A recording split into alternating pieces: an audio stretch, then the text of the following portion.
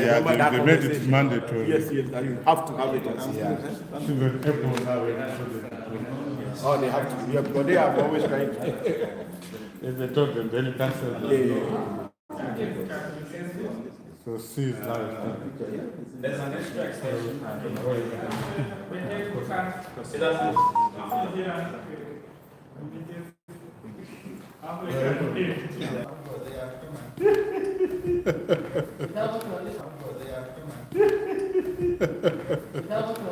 Yes, I went and I looked at that.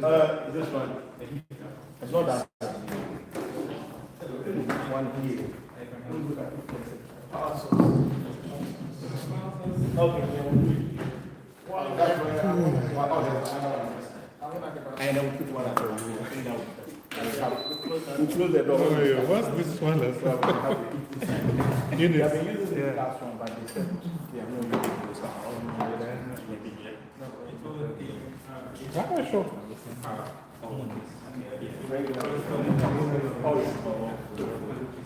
Yes. Yes.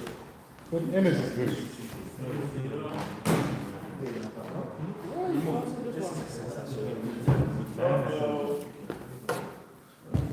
Non-alcoholic. This one is the Indian one. Oh, is it from Africa? So she will come and open a shop here soon. Yes. So it's That was fast. Yes. This one is sample. The boy is not alcoholic. This one not sample. I can say to you now. No, just wait, she's coming. She'll come. This one is different from our Just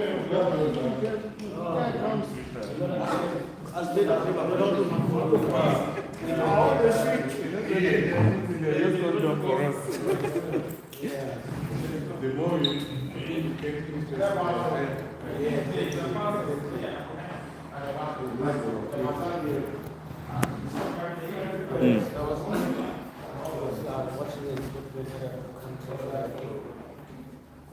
biggest number of scammers in the area was number one. Okay. Yeah.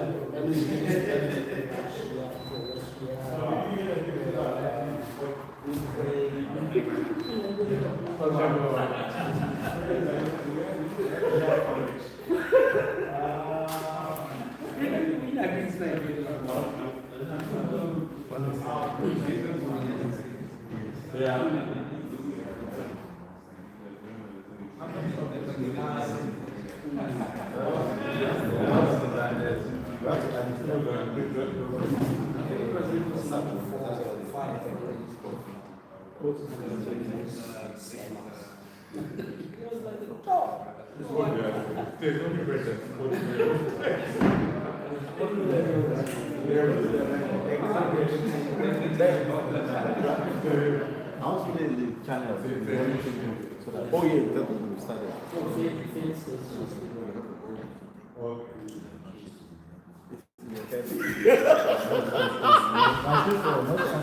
Yeah, it's only two.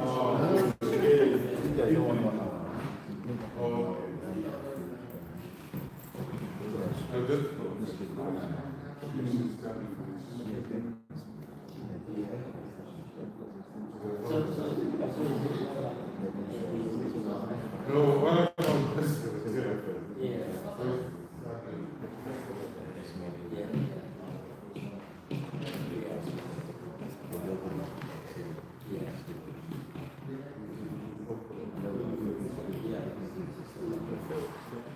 I'm going to swap.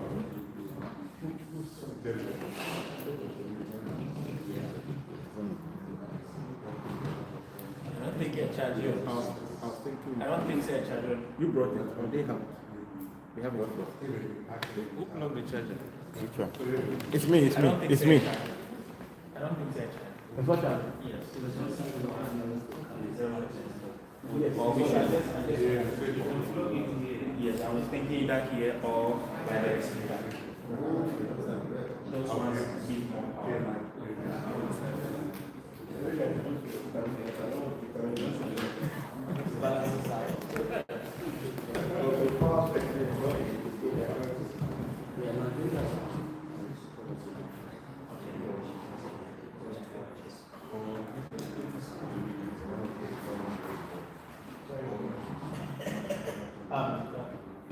Problem is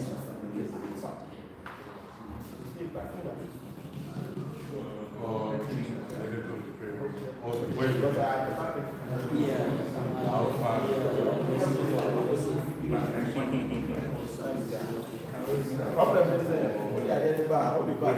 They don't come.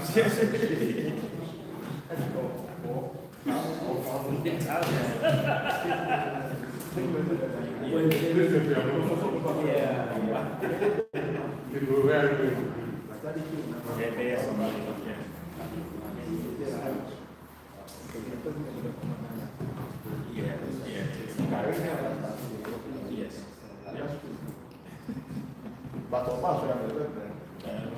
But it doesn't look nice. Yeah, what's nice? But this guy has done I don't know how far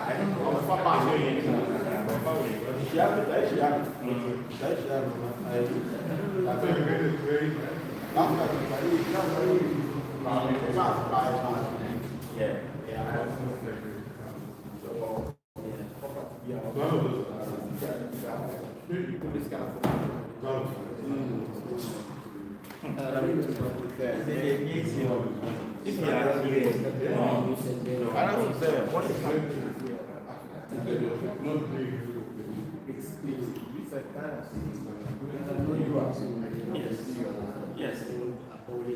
To the extent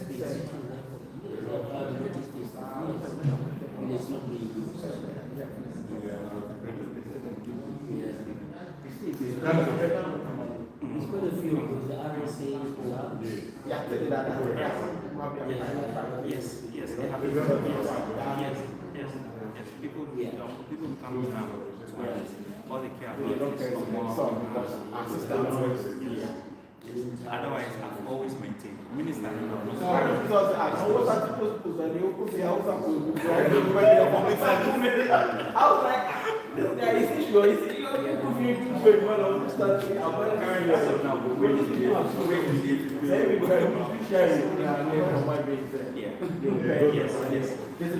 doesn't make sense. Didn't do a quarter of what it was. Yes. Can't do that for every day.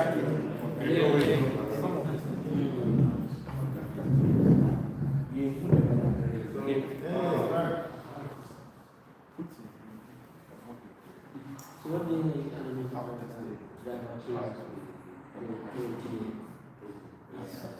I'm thinking between the same, but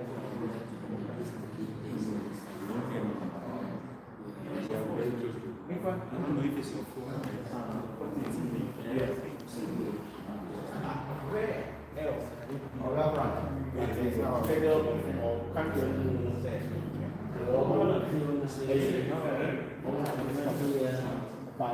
The beginning of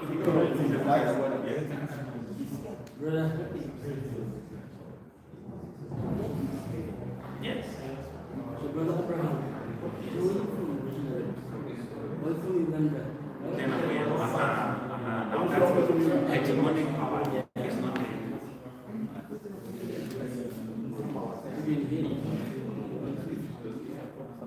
Around. Togo.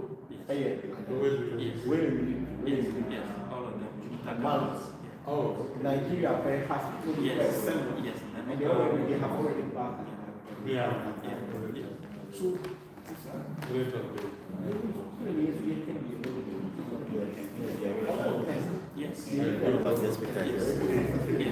Yes.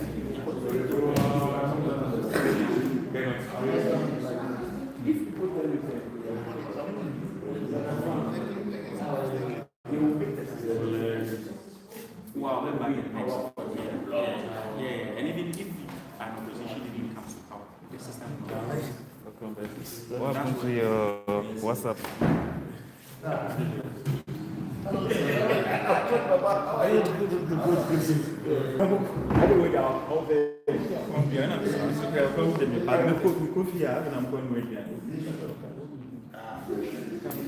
Looks like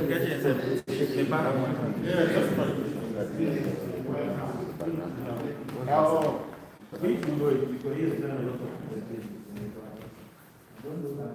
So I'm going to say The timer on the password.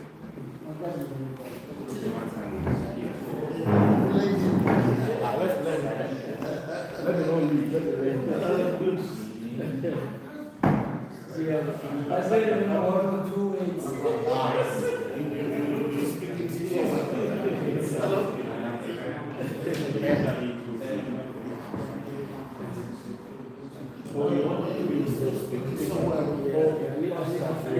I need 3 keys.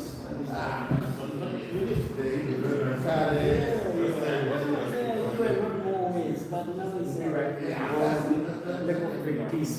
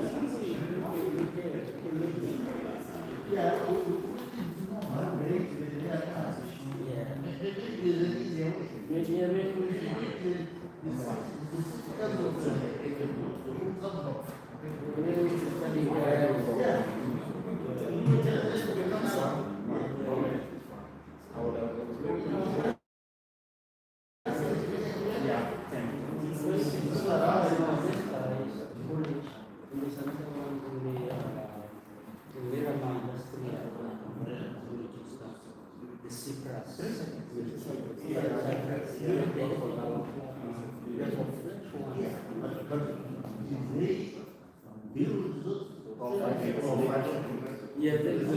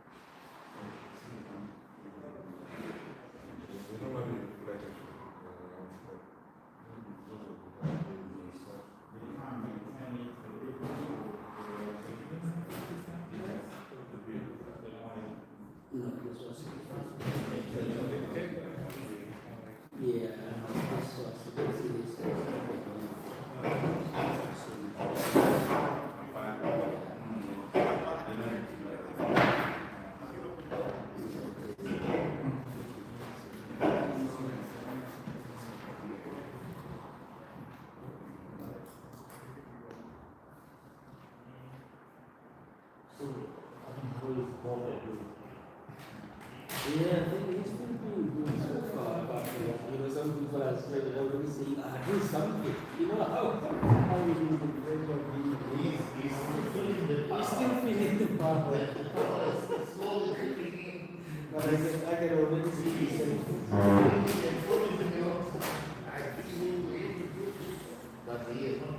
No, not yet. Like when they were campaigning, one of the things that promised was to increase the wages, the living wage. I think it's like the minimum wage now is 15.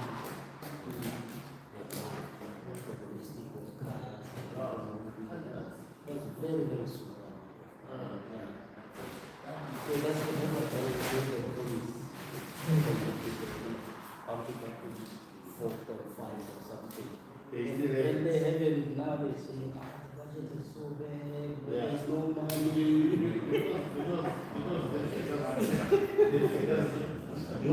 Yeah, exactly.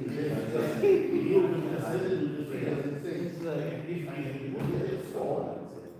we're looking at, you're going to end up with this much of so much. So we are operating in the rate. exactly. So what do you say? Yeah, there's a pressure already. Pressure is building. People are building. What's the wages? The same mistake.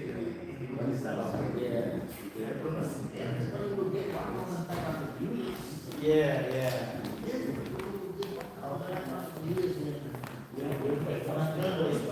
I think we're ready to start.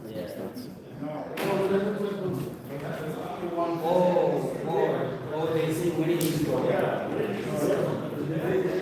Mike, we'll just stop. Yeah, you're on top of the table.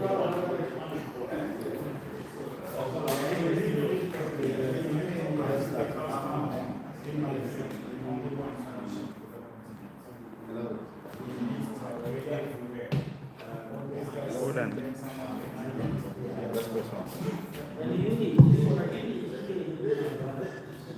Kia ora. Hello. Hello.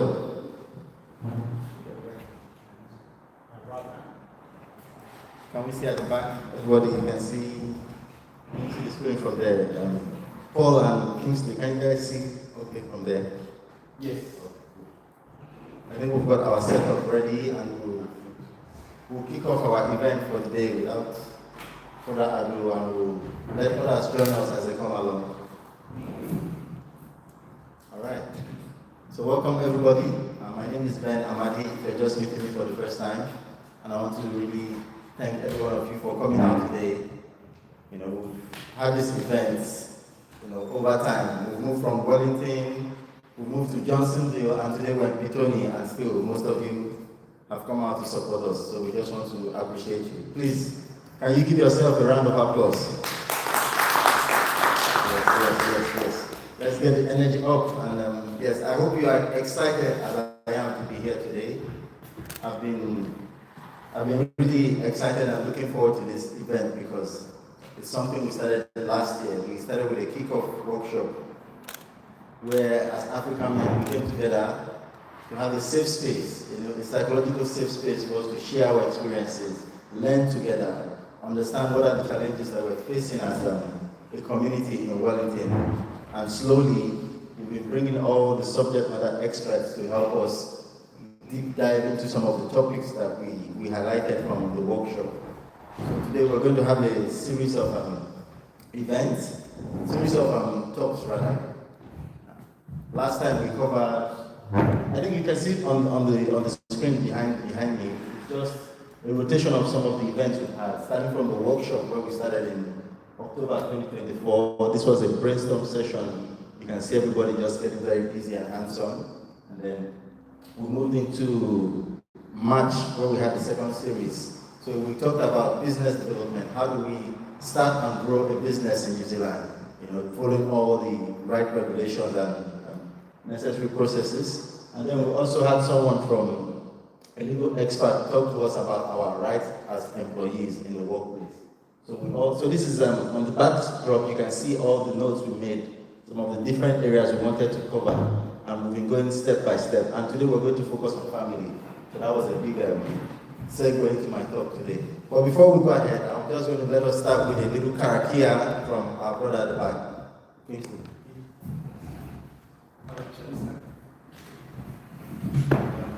I'm going to say it in my language. Is that okay? I'm from Nigeria. I'm a Nigerian, and eastern part of Nigeria.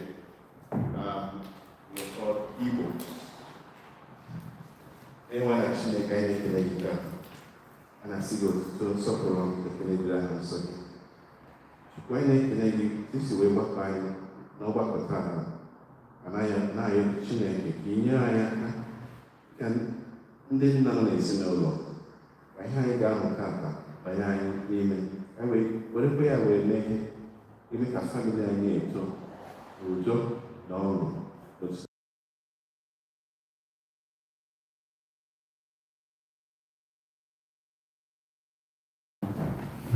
Thank you, Brother Christy.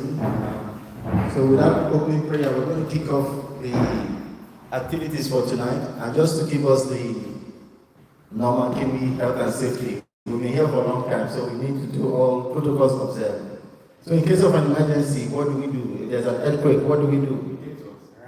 What do we do in an earthquake? If there's an earthquake, what do we do?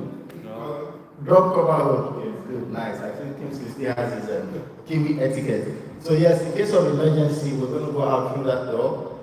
Everybody will converge outside. That will be the assembly area, and then we'll wait for further instructions. But we hope there's no negative incident today. And if you want to use, if you need to use the bathroom, there's bathrooms at the back over there. There's also a kitchen as well, where we get food served and everything. Please, I want us to feel free, enjoy ourselves today. It's going to be an evening of fun. We're going to have some conversations, and we're going to have some interactions to, get us in the spirit and boost that sense of brotherhood and community in our community. So thank you, everyone. Handing over now, we're just going to get an opening remark from our former president of African Communities Council, Wellington, who is in the person of Chief Kosam. He's going to do a brief intro for us. Please, let's give him a round of applause. Thanks very much, Brother Ben. It's really good to be here. We've already given ourselves an applause for coming. So, beyond acknowledging ourselves, we really need to think, okay, why did we make time to come here? And at the same time, think about when somebody tells you that I don't have the time. Do you know what that means? Somebody tells you they don't have the time. What do they actually mean? Is whatever you are telling them, they don't think it's important to them. Right. So it's not important to them at that time. From time to time, when you get to the position that I have been, you get to hear and you know a lot of things that happen in the community. And those things happen to all of us. So it may be happening to someone today, to happen to you tomorrow. It's always good to have this gathering so that we can discuss and prevent those things from happening. We've been reading in the news some of our people have been convicted of serious crimes, and some of them have been involved in very good things. But we never have time to review those things, the bad ones, how can we avoid them, the good things, how can we promote them even further, how can we acknowledge ourselves, how can we encourage ourselves. So it is gatherings like these that we come together and put our heads together and come up with some form of way forward. One of our biggest weaknesses has been very good planning, very, very good planning. But when it comes to following up, nobody follows up. So everything that we plan just comes to note. There is power in unity. If you look at all those big companies, even the startups that have been sprouting over the years, from Google, Apple, so on, there have been at least two people who put their heads together to come up with that company. As individuals, we can only have our own ideas. It is our own ideas if it has gotten us anywhere further than where we are now. Then those are not enough. So we need to come, talk to other people, make plans that can actually be translated into reality. And it's always good to commit. So put money where your mouth is. For instance, if today we were saying, okay, let's make some plans. We will all come up with plans because nobody's going to make it. Some of them may even silly because nobody's going to. If we say, let's put together $10 each, then we're going to have $10 contribution. If we say $100 each, things become more serious. If we say $1,000 each, then things become really serious because we've invested and we want to see what the investment is going to come up with. Just so beyond just talking, let us now start planning. Make meaningful plans. Find like-minded people amongst ourselves. Do something. Ask the community for help if you want to. Involve the community in those plans, but be serious about it. Because going to work alone is not enough in this country. It will just give you just enough to go back to work tomorrow, but not enough to retire. Some of us have already started retiring, some of us are on the cusp of retiring. If you thought about yourself when you retire, who is going to look after you? There is no extended family here. We are the extended family. And if we don't know each other, how are we going to look after each other? What we end up doing is just attend each other's funerals. When we could attend each other's progress actions.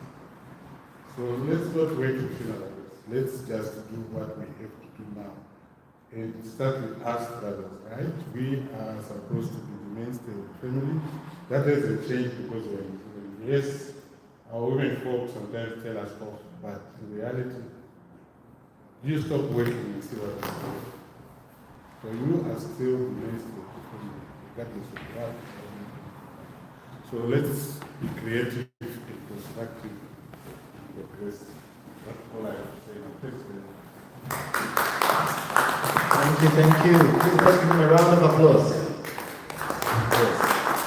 Awesome. For those of you that don't know, he is the president of ACCW. He's been a visionary leader, one of the people supporting me to make this event happen. So let's just appreciate them, Kusam, and also our vice president here, Raj Judah. These guys have been amazing. They've been like, role models for us in our community. And this is why we're going ahead with this program to make sure we carry everybody along.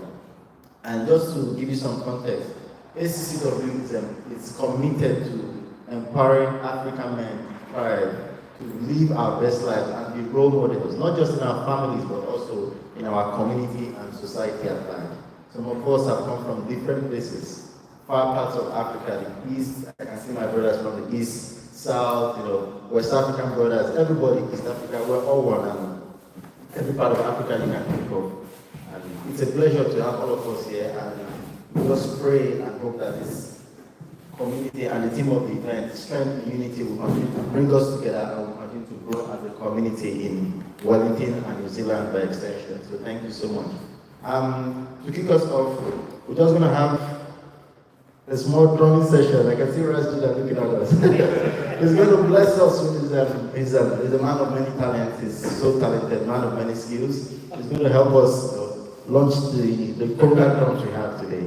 If you feel like you want to drum, please feel free to join Raj Judah for like 5 minutes. 5 minutes, please.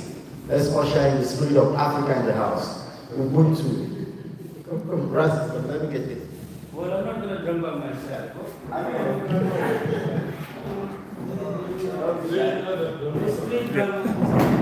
Why me? Frank and Raz are our best drummers in the house. So yes, don't be shy if you want to join. Let's go.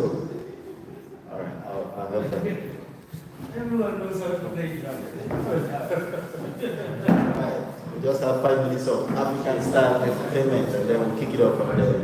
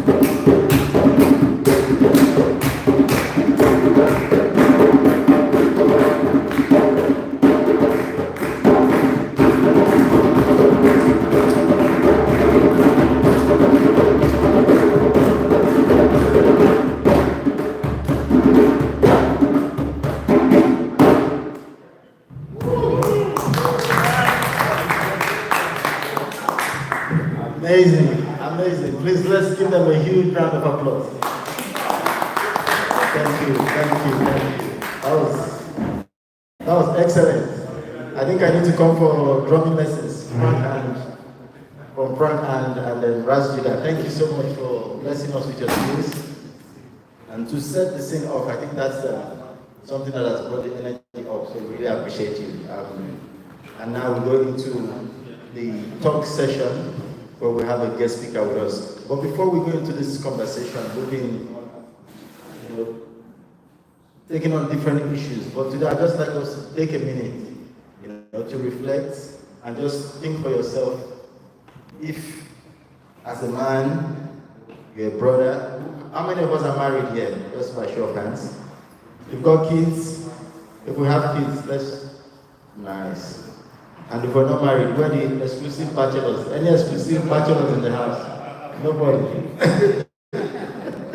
All right, nice one. So yes, it's good that everybody's covered. I just want us to take a minute to think of what we would like to be. How would you like your family, as a brother, as a father, as an uncle, as a son? How would you like your family to remember you? What would you want them to know you for? So maybe we can just even think about it. We'll have time to talk about this later. I will just think about what kind of person you want to be, what you want to remember for. Are you that father that takes care of his child, his family? What sort of role would that look like for you?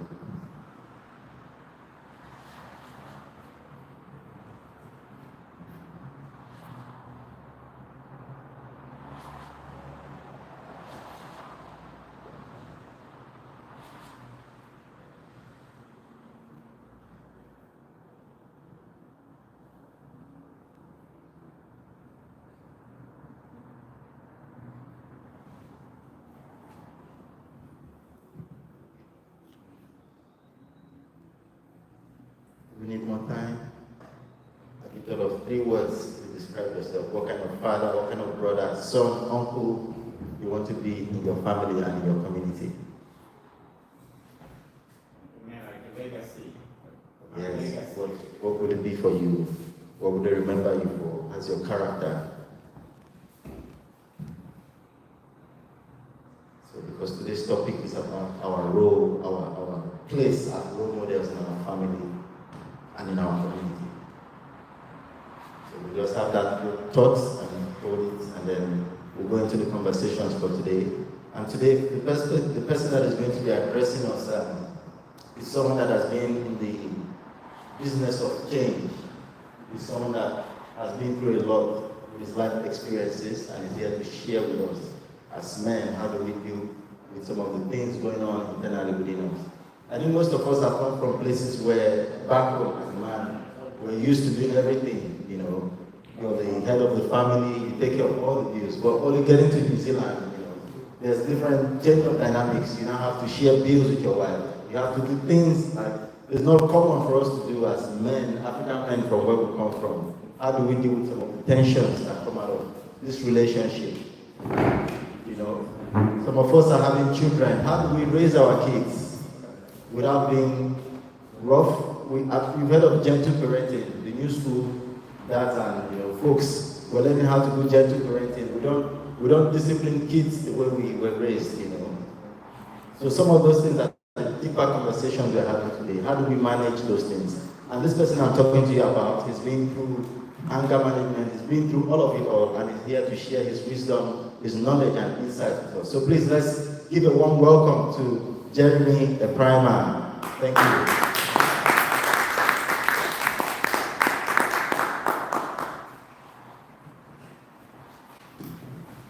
Thanks, Jeremy. You don't want to, your voice is loud. Can everybody hear me? Okay? Yeah. Cool. How do I turn it off? Yeah. Kia ora tātou katoa, ko patu moana Jeremy Parama tōku ingoa, o te pai o Tarahua tōku maunu, o mana o tū tōku awa, o nā te raukawa I te tonga tōku iwi, o nā te tari raukawa me nā te tūranga ki Paranui o Kumapu, no te awa hoa hau. So kia ora everybody, first of all, thank you Ben for the invite to come down and speak today. So, my name is Katamoana Jeremy Parama. I'm known as Jeremy, part of, and it's probably the same in a lot of your countries because of the colonisation that came in and stuff like that. So, I'm New Zealand Māori, but I also have Scottish and Irish ancestry that came into our lines once everybody arrived here and stuff like that. We identify with areas or particular mountains or whatever. So my mountain is the Tararua Ranges, and my awa or my river is Manawatu River, which is up north here, and I come from a little place just out of Wellington called Foster. Yeah. So a little bit of background about me. For the last 13 years, coming up 14 years, have been working for a campaign contracted to MSD, the Ministry of Social Development, but it's a campaign called It's Not Okay, which is the campaign for the prevention of domestic violence. And for the last 10 years also have been contracted to New Zealand Police. So I speak to every recruit wing that goes through the police college just about how a man can become so far removed from what is okay and what is not okay with the way that he runs his household or his family and stuff like that. So I've just turned 60 last month, but up until my 40s, on multiple partners over the years, a perpetrator of a lot of domestic violence. Also had 3 children from 2 of those relationships that were also dragged through the world that I used to control. The hard part is, now that I've been enlightened, awoken, whatever, to my behaviour or how I used to be, I can see how wrong it was within my family, but at the time when I was doing it, it was so normalised as to this is how things run. I wouldn't say you're oblivious to it, but you just, the easiest way I can explain it, I think, is that I started my adult life with only half the tools and the skills that I should have been given to be able to operate any differently than I did.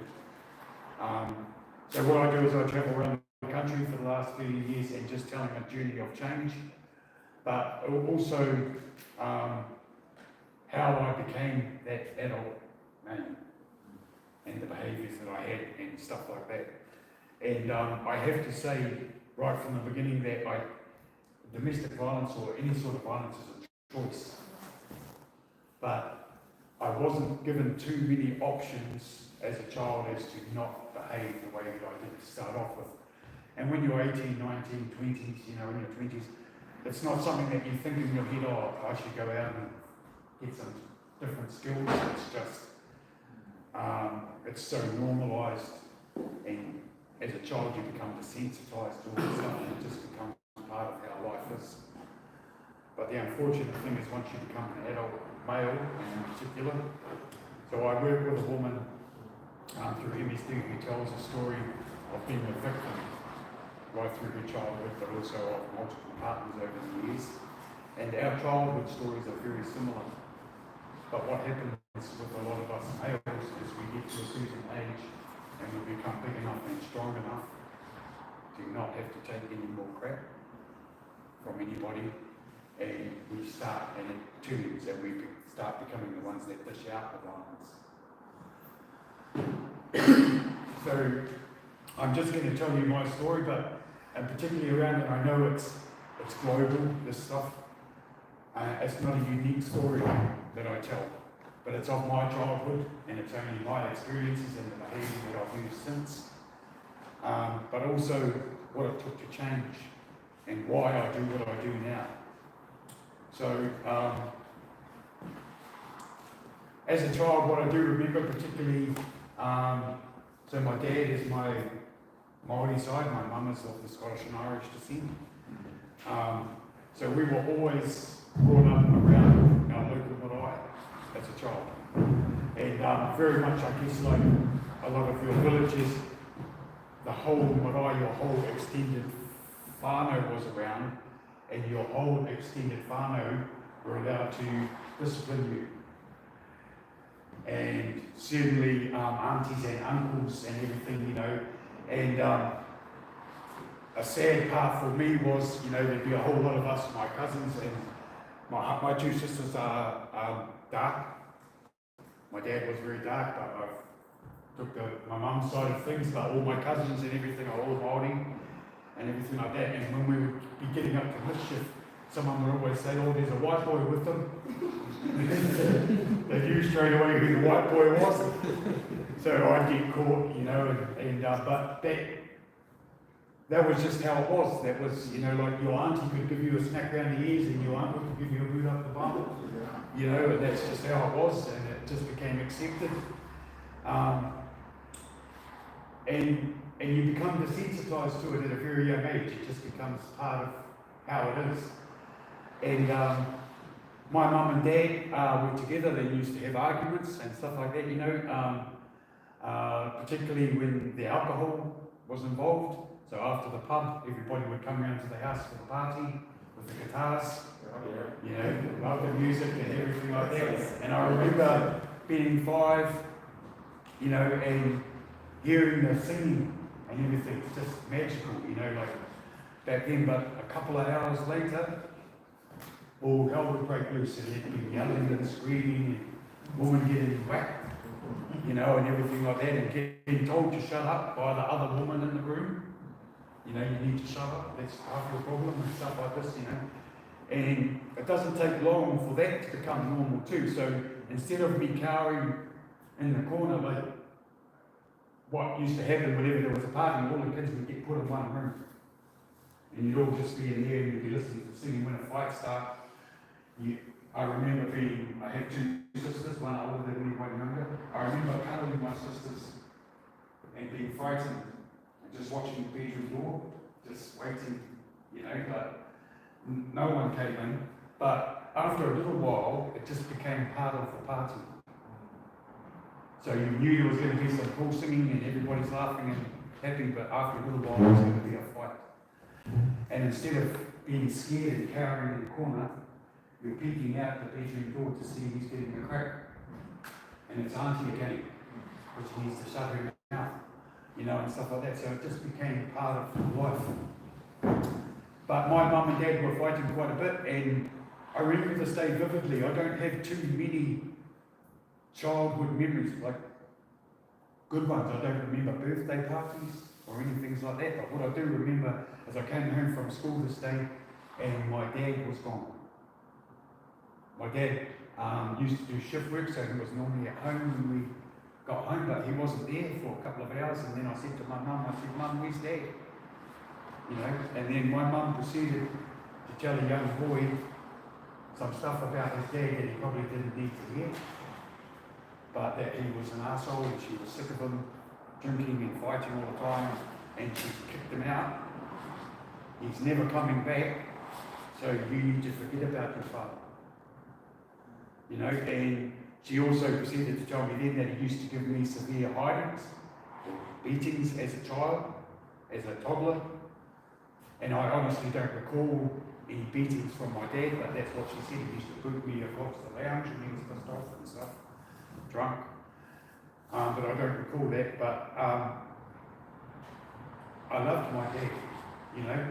And that's the unfortunate thing too, is that your kids, you know, up until a certain age, they love you unconditionally, and you can say and do some terrible things to them when you get trapped in the world that I got trapped in. And they love you unconditionally. When they get a little bit older, they might start to resent you a little bit because they understand things a bit more. But, you know, and my dad was gone. Over the next few months, I had quite a few uncles.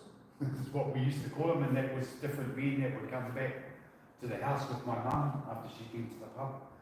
And these fellas never ever worried me. You know, like, and some of them would give me a handful of coins in the morning to get rid of me. You know, and so as long as they were giving me some coins, they were pretty good fellas, you know, to me, but never, you know, like that. But after about 6 months along came John. Now John was to become our stepdad.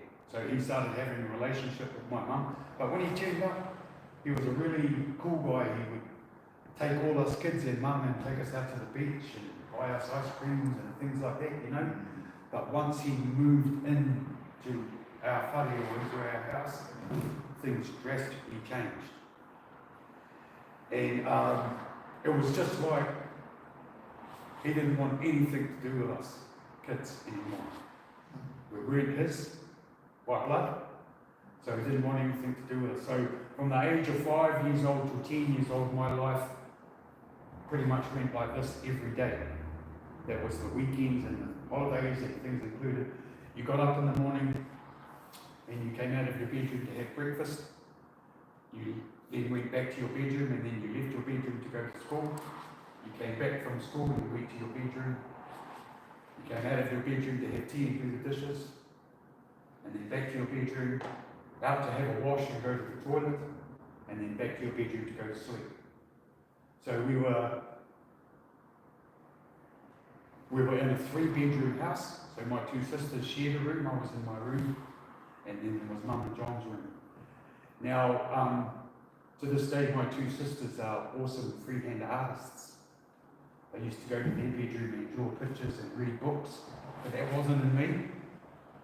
Now, I'd have been diagnosed ADHD or whatever they call it nowadays for kids, and stuff like that, but I look back and I was just bored in my bedroom, so I would do things like lie on the bed with my feet on the wall and go dum dum dum dum dum dum dum dum dum dum.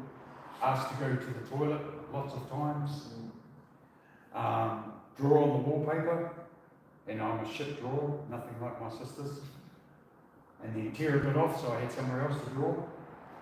Now this behaviour, over the years, John went through the whole process of violence. You know, it starts off verbally and stuff like that, and emotionally, and then the physical stuff comes in.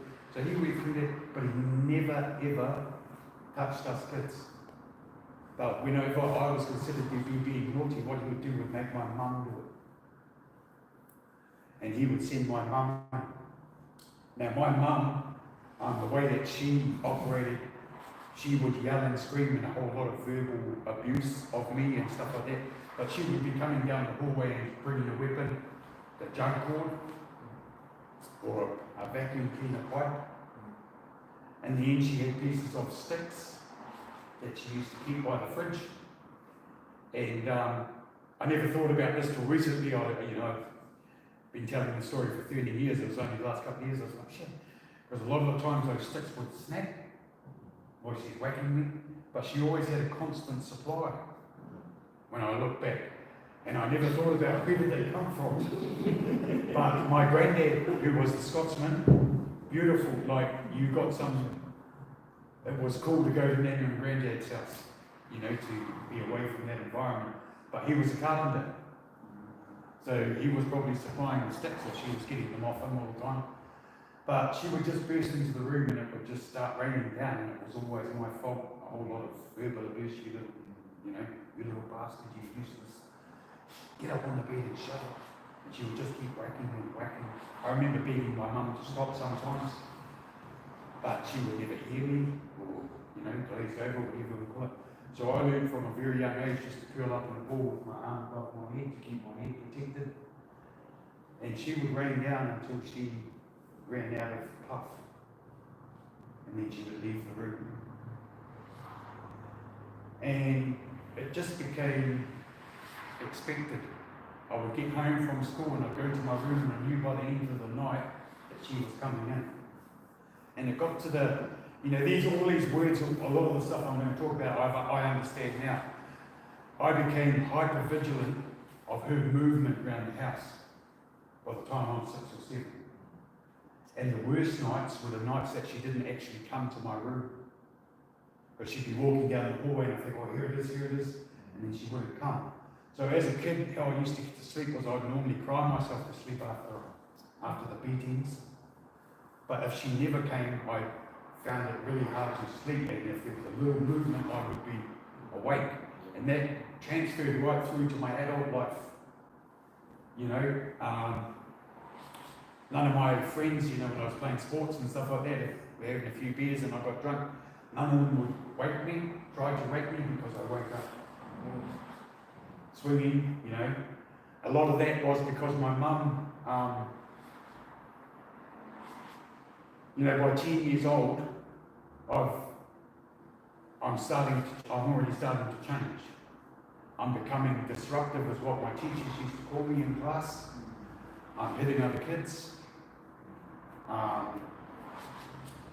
very foul mouth, so teachers back then would wash your mouth out with soap and things like that, and they would give you a strap with a piece of leather or a stick across the bum too back then. That was discipline in the schools, So wherever you turned, it was physical harm, when I look at it now, but you just become normalised to it. And but at 10 years old, I was still wetting my bed, and so I would get a hiding from my mum for wetting my bed because I'm lazy. I need to get up and go to the toilet. And she would, before she went to bed at night, she would come in sometimes and wake me up and make me walk to the toilet. But sometimes she would come in and she's already missed. And so I would get woken up to getting dragged out and getting a hiding for wetting my bed. I never went on any school trips or anything. I didn't want to go to anybody's house or anything because of that,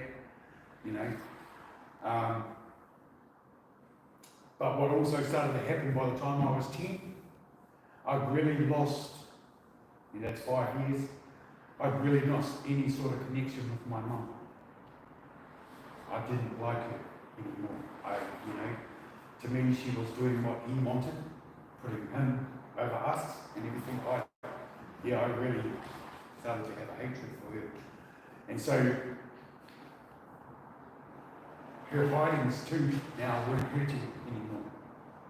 So when she came into the room with whatever she had in her hand, she might get the first whack in, and then I take it off her, and then I start beating my mother across the back of her legs with a chokehold or across the back to get out of my room. And I would beat her and throw her out. And John, I remember the smell when I was a kid. He was an alcoholic. He was drunk. I could smell the beer in the house. I remember that now. But I didn't think. But he always just sat in the corner of the lounge. My bedroom was straight across from the lounge. So So I walked in, I used to beat my mum, and then I'd take what I had in my hand and I'd throw it into the lounge and verbally abuse them, you know, like call them a coward and everything, you know, and stuff like that. But as a 10-year-old kid, I had a thought in my head. And that thought was that one day I'll be big. And I'm going to get you, man. You know, I will get you. So as a 10-year-old kid, I'm plotting the death of my stepfather, or a bloody good hiding for him at my hands. After a particularly nasty hiding one night from my mum with the juggle, she decided that I was out of control and she didn't want me anymore. So she was going to get rid of me to, it's called Royal Open Tamariki now. It was called social welfare back then, so she was going to put me into state care. She just wanted me out of the house. But what she did was she ran my biological dad. Now, I hadn't seen him for 5 years. My mum had told him to stay away when he left, and he had not made any contact, so I hadn't seen him for 5 years, but she gave him an ultimatum. I don't want this kid anymore. If you don't take him, he's going into state care.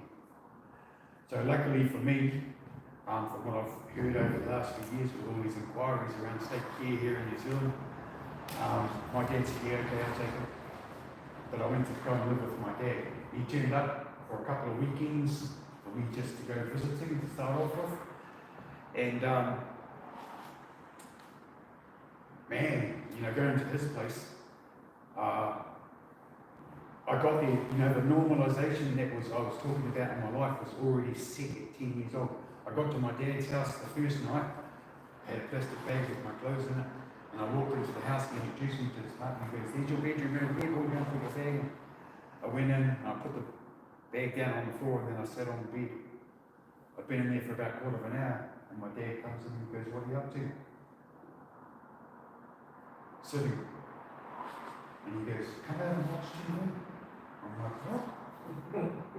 The normalisation was I stayed right there. Now, I've had some awesome nights in my life, hopefully a few more to come yet, but this night still rates. And I was able to watch TV, what I wanted to watch, chippies and lemonade, and stuff like that. And Dad lived at Foxton Beach.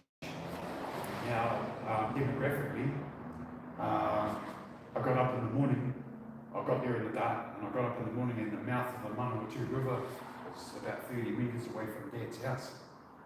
And two of my cousins came walking through the yard. They were coming through Dad's place to go to the river fishing.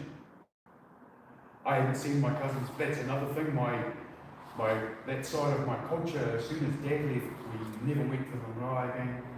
My mum went down to the school and changed my name from Potamoana to Jeremy, which was my middle name. You know, she didn't want me to have that name in the first place, so she changed all that. But I lost my connection with my culture for 5 years.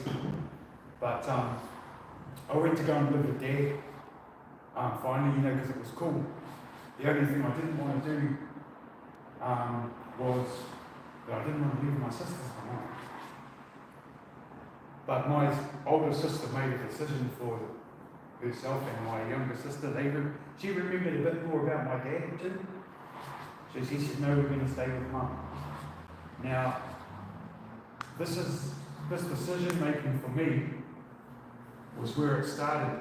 But if we progress on, every decision that I made as an adult, every decision always put me first. Me first in my sports, in my mates, in my car probably, and then my family. Completely asked about face how it should be, but that's how I operated. But this is where this decision making came. Okay, I know that it's good at Dad's. I'm going to live with him because that's good for me. And so I left. I lived with Dad for a couple of years, had a normal childhood, had a few chores to do after school, but then I could go and play, swim, and stuff like that, you know.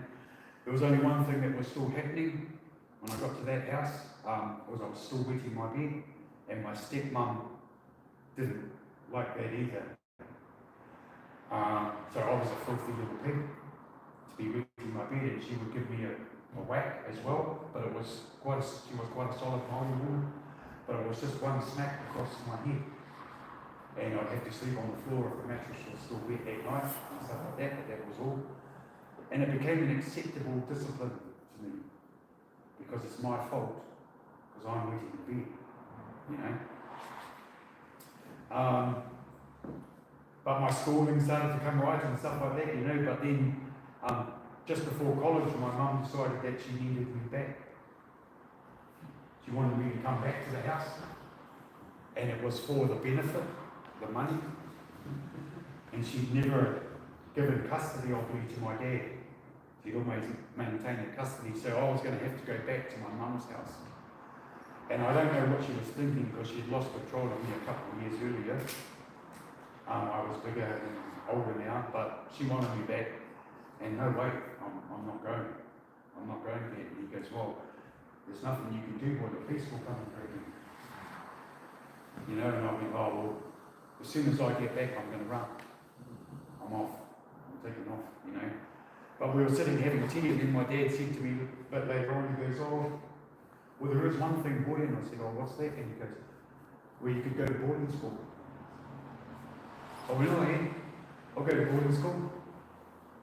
What's boarding school? And he explained to me, you go and live there, come back some weekends on holidays and stuff like that. I went, no, that's me, I'll go there. Now, anybody in, I know Ben has had boarding school, anybody else had boarding school educations or been in those institutes? Yeah, very different to day schools. Very different, you know. And up until that, and like I said, you know, up at this stage of my life, I've always perceived myself as Māori. But the fairness of my skin had never come into play too much. But I got sent to a Māori boys boarding school in Hawke's Bay. And the day I got there, I was a honky. And, you know, a white man. What are you doing here? I already had attitude, whatever the teachers want to call them, you know. You can get stuff, man, I'm Māori, I belong here, you know. But, you know, the traditions that those places have are very much like cycles of domestic violence because it's third foremost. All the new boys, you know, have to go through stuff. And this particular college that I was at was all about the first 15, the rugby. The mana that the first 15 held, you know, in this country, you know, it's just, you know, but that was instilled into you as soon as you walked through the gate. The players were given special privileges, you know, it was just everybody, me included. I wanted to be in that team before I left this school, you know.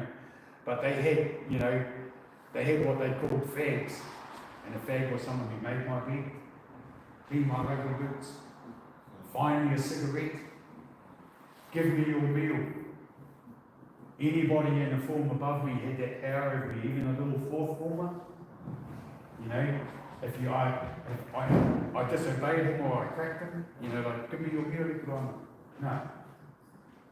Have a fight with them. That night, that whole form, all the fifth formers were leveled and line up in a dormitory on the inside of you with the pillowcases full of your rugby boots or whatever, and you had to walk the line. And so it was instilled into you pretty quickly how the hierarchical system worked in that place. And at the same time they're instilling that into you, they instill into you that you don't know. You don't tell the teachers what goes on in the dorms, you don't tell the police, you know, like you don't tell your parents when you go home, you don't tell no one what goes on. Now the sookies, or the boys that used to tell, man, they got such a hard time that it was safer to keep your mouth shut. You know? So, attitude or whatever, I didn't want to do jobs. If I can make my bed, no. What? No. I'm not. Yes, you did make my bed. No. Come over here and put your head down. And you used to have to walk over in front of wherever it was, bend down like this, and they'd smack you in the head. Just one punch. And again, because of the way Mum used to do things, I could take one punch in the head quite easily. You know, so I chose, you know, like go to ask me something and I go, nah, and I just walk over for a punch. Because I'm not doing the jobs, you know. These were the rules here. You know, I wasn't the only third form being treated like that, but this is the third place I've been, these are rules here.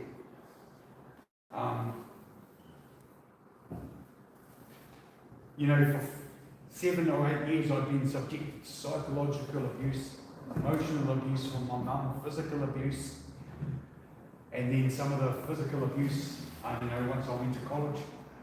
But what happened in about March that year, he was a sixth former and our first 15 player in our dormitory. Our dormitories were set up as houses, not forms, so you had 7th formers to 3rd formers sleeping in the dormitory.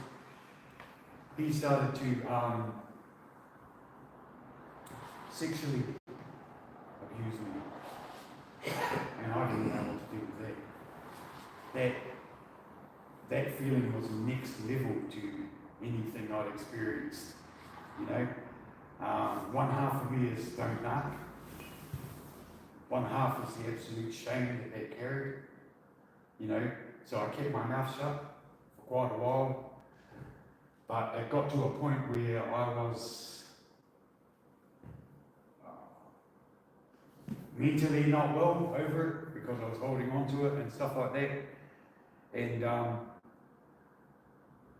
I went home one holidays, and up until like August, so this was March and August school holidays, I went, my dad had gone away with the shearing gangs when I went to boarding school, so if I wanted to go on any leave, I had to go to my mum's house. So I'd chosen to stay at school during the holidays, you know, but this holidays I needed to get away from the place.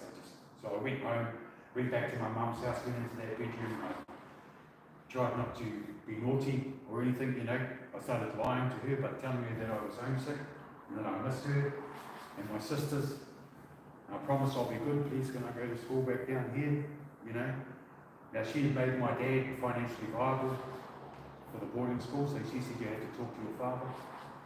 So I got put on the phone to my dad later that night and I told him the same bullshit story.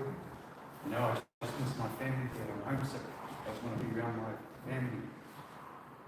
And there was a thing alive and well in some men's homes back then.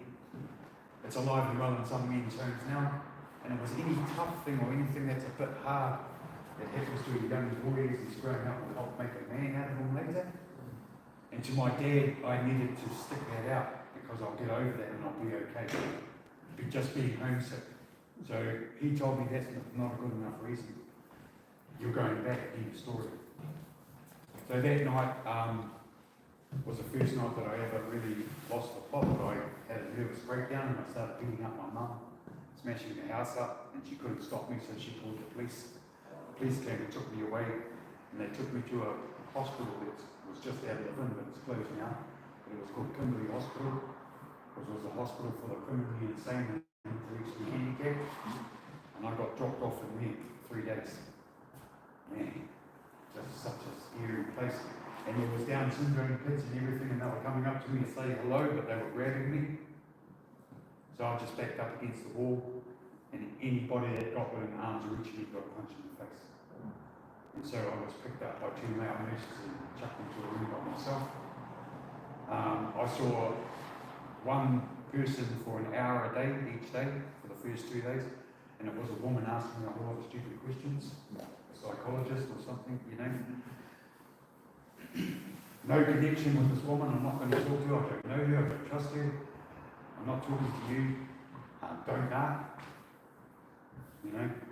But by the 3rd day I came to a realisation that I have to say something, otherwise I'm going to be stuck here. So I sat her down. When she started to ask me questions, I said, look, this is what's happening, this is what he's doing, this is what I'm having to do, can I go now? She got hold of my mum got hold of my dad, they turned up the next day.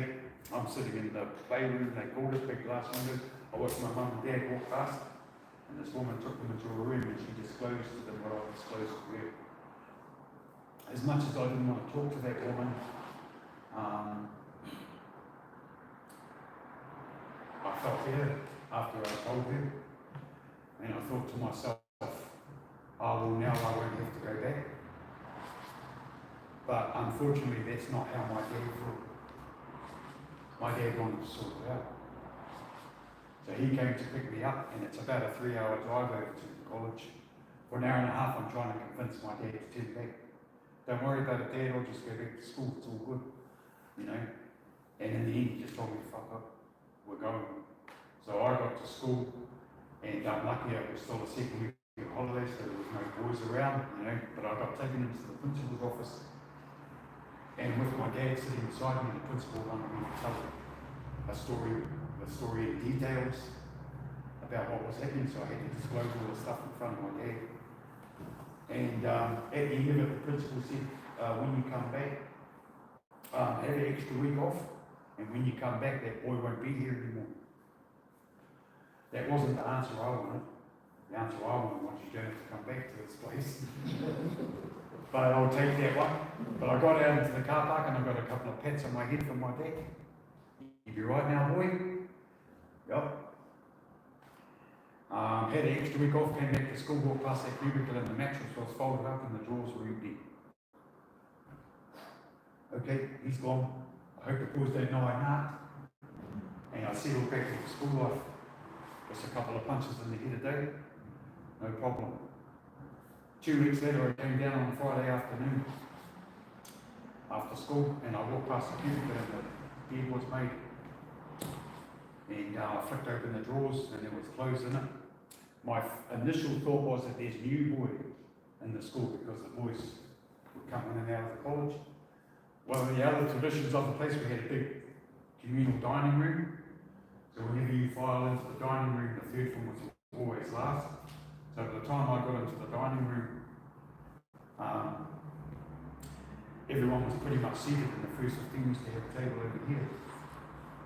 As I walked in through the door, his eyes locked on me. He'd been given a 2-week suspension of what he'd been doing. And anything that lifted off me, whatever you want to call it, just rushed right back in there. I felt physically sick. I knew he was staring at me, so I filed past all the food out the other side of the dining room, and then I just took off. It's about a 500-metre sprint down to the rugby ground at the front of the school. But by the time I got down there, I wasn't sad, I wasn't scared, I was angry. And I just started screaming at the top of my lungs, and I just yelled and locked up. But I made a decision that night. And a lot of us that have had, you know, people that have had stuff happen or stuff like that, you know, we've all made this decision. It was one of the worst ones I ever made in my life. And it was that I'll never trust anyone again. Stuff you do, people. Stuff my parents were making me come back here, stuff you principal, you liar. There's only one person going to look after me. And it's me. And that's where it started for me. So I was still quite cheeky, you know. So I could,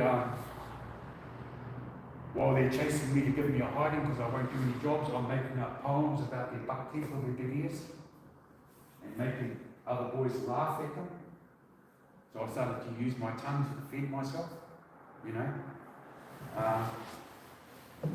It took that guy about 2 nights to corner me again. And then it started again. And this time I just shut my mouth. And it went on until the end of the year, and then he just left the school. But these traditions in these places, they carry on because I did 4 years there, so I became a sixth former. Our school system used to work back then. But by the time I'm a sixth former, I had a third former making my bed. I'm punching them in the head if they don't do as they're asked, taking their meals off them. I left that place mixed up emotionally, mixed up sexually, angry, revengeful. I'm still going to kill John. He's always been in my head, and I'm just about big enough for a shot at that title, you know. So he's always been in there. But there was a young man that turned up, leaving college and everything, and after 4 years at a boys' college, wanting to get into a relationship really quickly and everything like that. But my belief and my value system was well instilled in me. And it was that if you want to get your way in life, you yell and scream to start off with, and if that doesn't work, then you use this. And that's the unfortunate part about it is, you know, like that childhood trauma is inflicted by people But once you start going into relationships, you start hurting the ones that were not responsible for anything that happened to you, you know?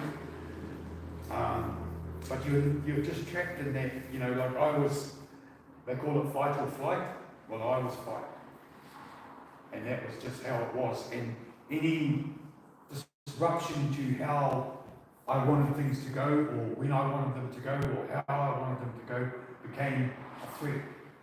And so I would go straight into defense, and that started with my relationships. And it's around power and control. And when I look back, I don't consciously make a decision, but what I can see is that I had no control over anything that happened to me as a child. But now I'm big enough and strong enough to take control. And that's where that came in. And so I started controlling everything that went, how my house went, anything like that. And if it didn't, it became someone else's problem. I never took any responsibility for my behaviour or my verbal abuse and stuff like that. It was because you haven't done this, or you didn't do it when I told you to, or you haven't done it this way. You always start looking to justify your behaviour. Yeah.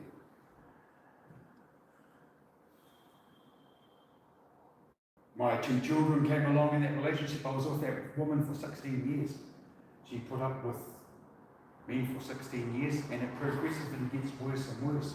Because when you're with someone, they start getting used to your levels of behaviour, you're yelling at them, and then I used to be able to tell her to shut up, and she would. And then after a little while, she's arguing back at me and throwing things at me, you know, and stuff like that. And so, to maintain your power and control, things have to get worse for them. You know, and I'm not consciously thinking, oh yeah, now I've got to do this and all that, but then that's when the physical stuff comes in. And the bottom line when the physical stuff starts is I'm the biggest and strongest place. You know? And my kids, when they were little, I used to put them in the bedroom before, when I felt things were about to kick off, thinking I was doing my kids a favour by not having them see what was going to happen, but not understanding that actually them hearing it and just being in the environment was starting to damage my kids. You know, they call it the cycle of violence, how I got it, how I saw it, you know, that type of stuff and everything like that.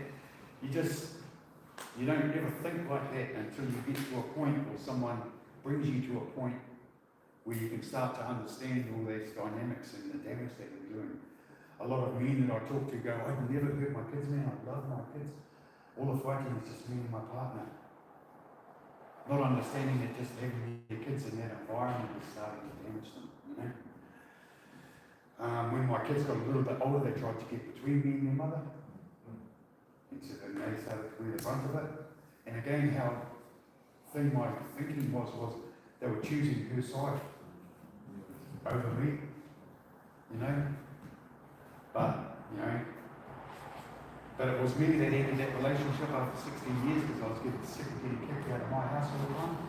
I had nosy neighbours. They used to ring the police on me all the time and stuff like that, you know, but my wife would start ringing and it was always me that had to leave, and I was like, you know, so I got pissed off, so one night I just went, now stuff it, I'm out. And like I said, every decision that I made as an adult always for me. Yeah. So I left. But without any intervention or anyone, like I had mates over the years that I used to have to go and sleep on their couch for a couple of weeks before I could sweet talk her back down. You know, and the thing is, I wasn't an arsehole 24/7. Every once in a while I gave her a glimpse of the man she fell in love with. And that's how some women they know that fella's in there and they want him to keep coming back, but the less and less he shows up, you know, when this cycle starts. But 4 other women came into my life before I started to make changes, and what it came down to was the resilience of that woman, is how long she could take, whatever she could take, and so the relationships were of different lengths of times, and stuff like that, you know. One came in and she got pregnant really quickly, but then she got out as soon as the baby was born. She took off, and at the time she was you know, which, like took my son, but I've had the opportunity to go back and thank her for being strong enough to get out and take my boy away. So that boy he's 23 now, and my girl is 42 and my boy's 38. These two, the two that went through 16 years of stuff, are pretty hard. And my daughter has been in relationships with men like me. So that cycle has carried on. But this kid is so different. But he's, and his mother was an Asian, Eurasian woman, quite small, and I'm no huge, but this boy's 6'5", about 120 kgs, but he's just a big teddy bear. You know, like he plays rugby and I'm trying to tell him to, you need a bit of muscle, man. You're not using your size and weight properly, you know, and stuff like that. But it's just so different. It was because he wasn't damaged by me, you know.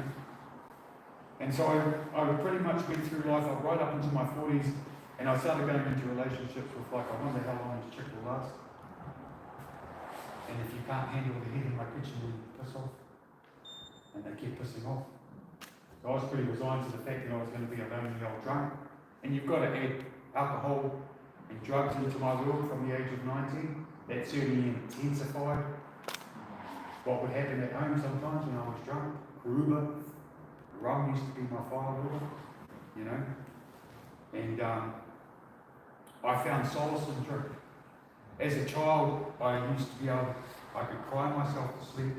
As an adult, I had to drink and smoke pot to be able to sleep. You know, yeah. But wicked the type of fellow that I was, I never used to hang out with the choir boys. I hung out with fellows that I felt I fitted in with. I had work colleagues.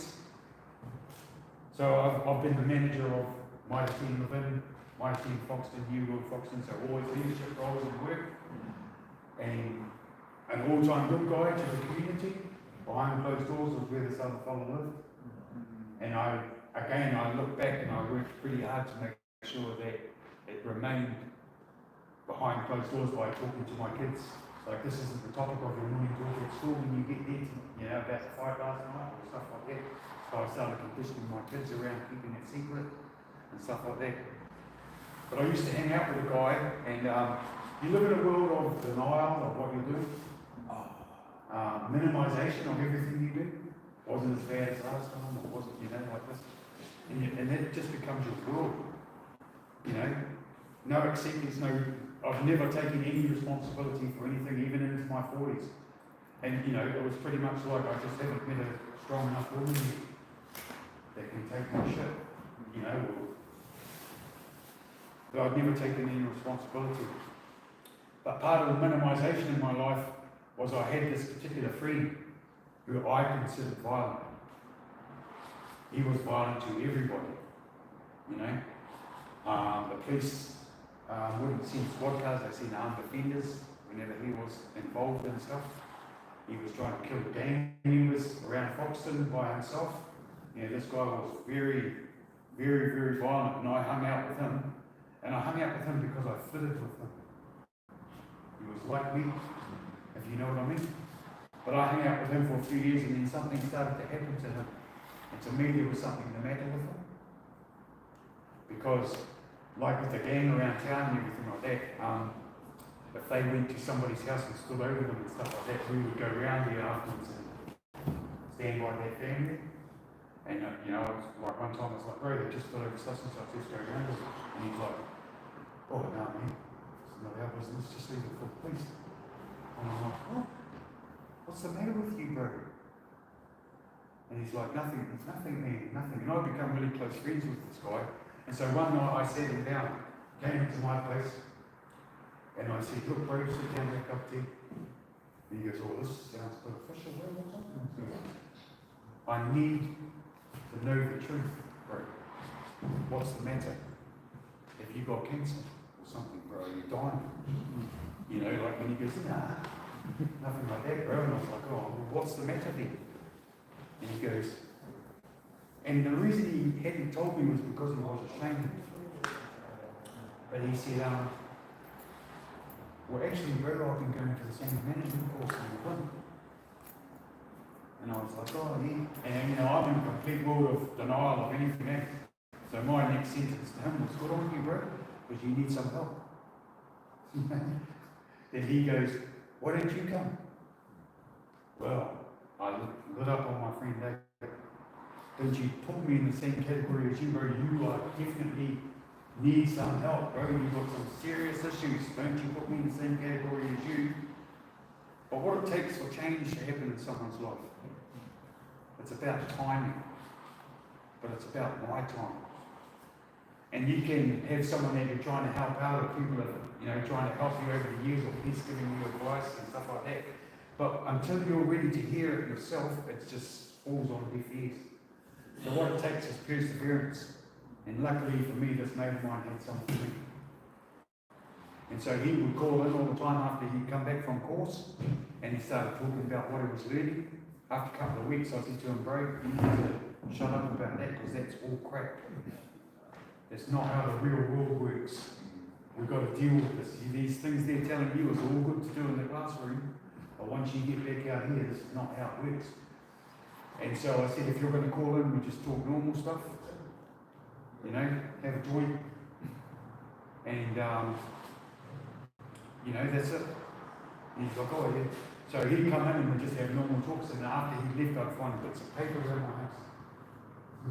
Then he placed on his course. And he just left it in the porch, or left it in the bathroom, you know, pick it up and they did a bit of a read on the way to the fireplace. Like, oh yeah. But then one night, I don't know what proceeded him to do this. He called in on his way to course.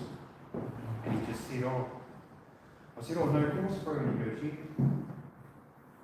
He goes, what are you up to? And then, like, I was the manager of my team, but like I said, I would get home from work, I always had a crate of big bottles, and I would just crack a bottle and I would start drinking and smoking.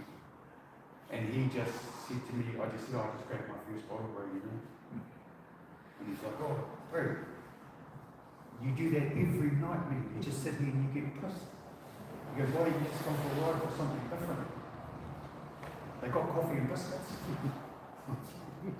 Oh, yeah, come on now, I'll come and support you. So I was only going to support him. But I walked into this room and there was a woman and a husband there, Nari Thomas and Bob Thomas, about 60 years old back then. They've been working in that area for 30 years, helping me. I sat, we walked into the room, all the men sit in the circle, and they have the group.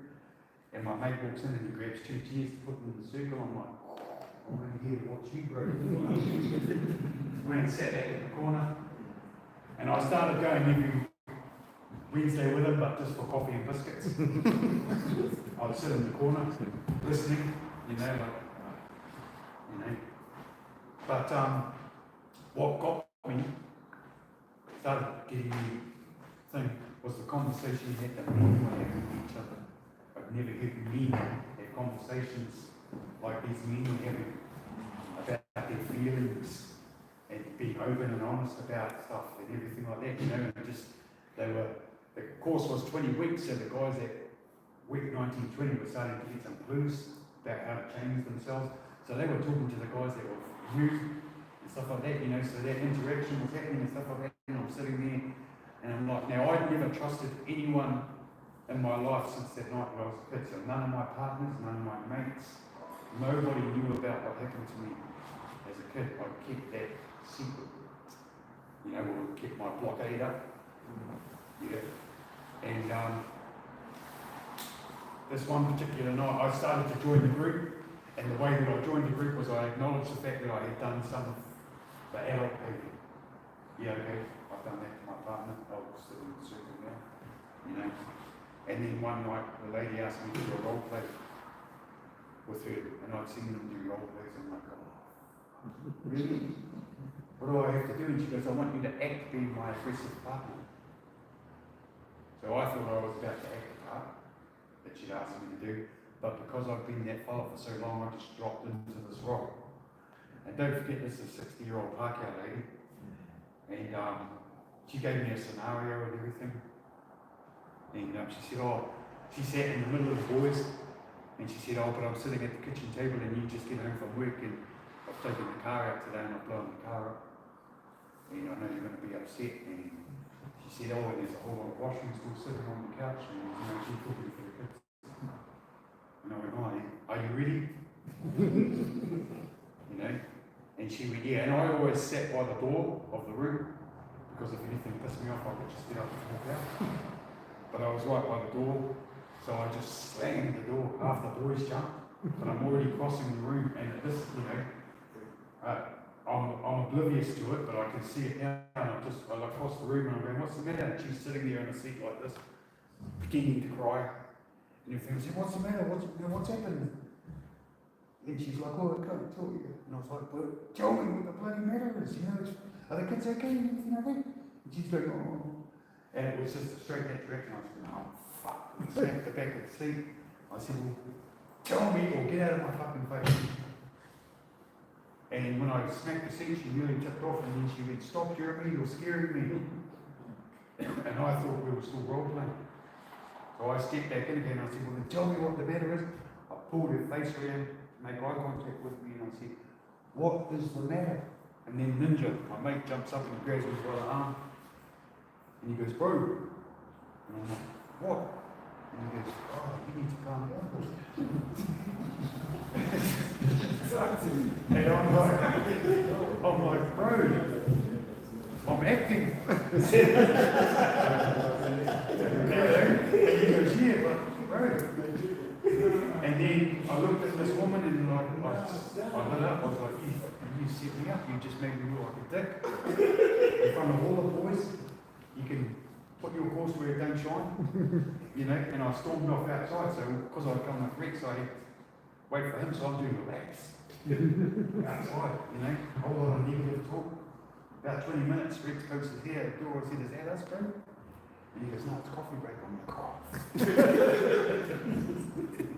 And then Nairi poked her head out the door.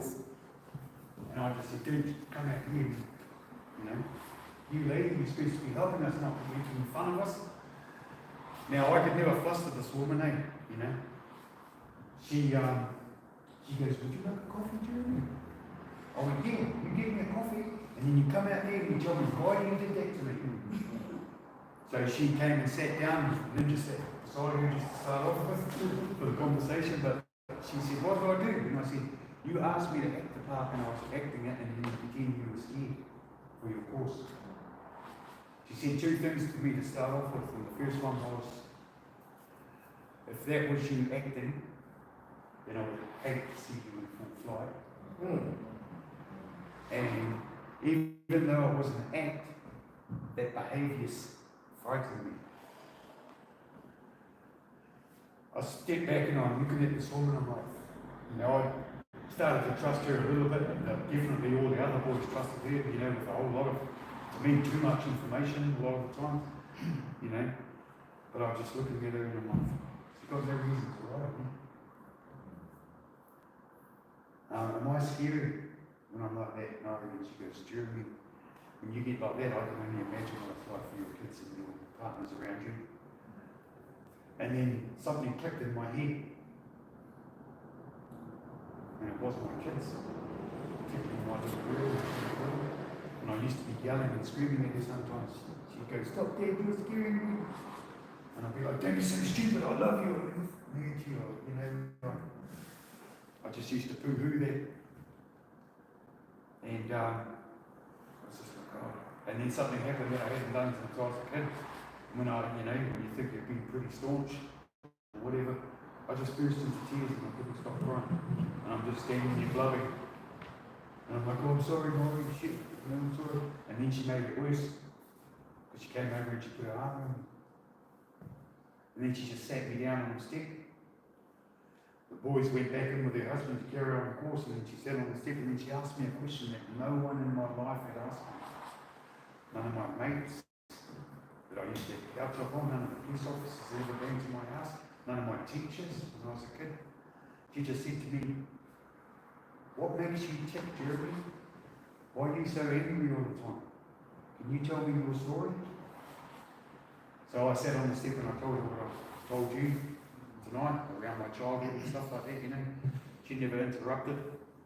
At the end of it, she goes, oh, well, now I've got something to work with, eh? I went, oh, shit, I suppose so. You know, and what I remember now, you know, is that actually that night that I disclosed that stuff that I kept secret for so long was, I remember it being one of the scariest nights of my life after that. If I had given that information to the wrong person, or someone that never acted on it, it could have been totally devastating for me, but what it takes for that change to happen, you know, it's about timing, but all it takes is the right person at the right time, with the right words. And she was my person. But we all have that potential to be that person for somebody, you know? And stuff like that. And so I completed the course 20 weeks, I did another 20 weeks, because I was, what she was trying to teach me was so foreign to me, about how family should work and how you can deal with things instead of everything else. But she took that time. She would sit with me for a couple of hours after course and just have conversations with me. That was 2005. That woman is still in my life. She still makes regular contact and I still connect with her. My biological mum is still alive, but I've never been able to rekindle a relationship with her. She doesn't accept any responsibility or anything that she did affected me in any way, you know, and stuff like that. So I've never been, but I have Nari in my life. But what that woman gave me and the course gave me was the skills and the tools that I should have got in my own home as a kid, as to what it was to be a man, a father, a father. Now, if I'd been never introduced to her, I can't categorically tell you what I'm standing here today. I may have been still trapped in that world. That friend of mine has not maintained his change, and now he's hooked on methamphetamine as well. So he's a lot more dangerous than he used to be, but I still have time for him. And a lot of people say to me, why are you hanging with him? Because I'll be forever grateful to him for starting my journey. You know? I got given an opportunity, I believe, with the work that I do now, to take a whole lot of shit that was just to me as a kid and a whole lot of shit that I dished out as an adult and turn it into positives for other men and their families. You know? Talking to young guys about not going down, you know, the thing about domestic violence is that it's against the ones that you're supposed to love and protect. And I would have protected my partners and my kids with my life from anybody else in this world. Never did I take an inward look and think, hey, perhaps maybe my partners and my kids need some protection from me and my other. It wasn't until my eyes were opened and stuff like that and I started working through. I've still got safety plans and stuff in place, you know. It doesn't disappear out of your life suddenly, it's always there. But I've got a toolkit now which has got a lot more tools in schools in it. But violence is still in my toolkit, but it's at the bottom gathering dust. But every once in a while we'll try and push its way through to the top, you know. I'm telling you I'll never be violent again because if my family or myself are threatened, I know what I'm capable of, but it's not my first port of call anymore. And I've stopped. How I know things have changed because I have great-grandkids and I have grandkids now and my kids have come back into my life. And anybody that comes under my roof, there's no one frightened of me anymore. You know, and that's all I ever wanted. I didn't want to be hurting my family. I didn't, you know, I wasn't intentionally thinking that, but I was certainly doing that. And it was because of stuff that I never sorted out from my childhood and stuff like that. And then just normalising all that, it just became hard for me to live. Yeah. I just want to finish with a quote, and it was on TikTok. I thought TikTok was just stupid dances. But this was a quote, but it was narrated by Morgan Freeman. So it's not going to sound so cool coming from me. But it was everybody's life is like a book. And we all have a story.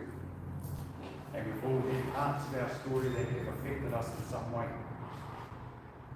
Never be too quick to judge what you see in front of you because you don't know what chapter you've come in.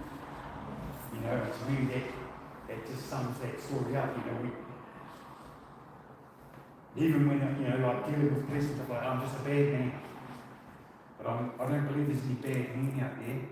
There's men that have got bad mood behaviour that needs to change. And that's what it's about. So that's me, that's my journey so far. Thanks for listening. I know that's a heavy topic. I don't know if there's question time or if anybody wants to ask me a question. I think I'm staying for Kai and a cup of tea. If anybody has anything they want to ask me, please don't feel embarrassed or anything. I'm an open book now. I've got no skeletons left in my closet. You know, I spent most of my life hiding it, but now I'm trying to use it for good, just to,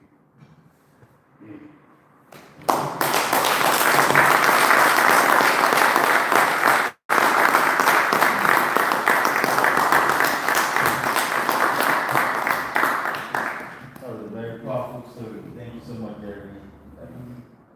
It's just, there's a lot going on while you were sharing your story, and just, I'm really sorry that, you know, you had to experience that kind of childhood, and it just made me feel grateful, like, you know, being brought up in a home where you don't get to feel that sort of heat or tension going on, and just imagine what it did to you all these years. So it's just, I don't know what to say, but thank you for sharing with us and, you know, opening up this conversation for us. It's something that is important for us to discuss, like family relationships in our family, in our homes.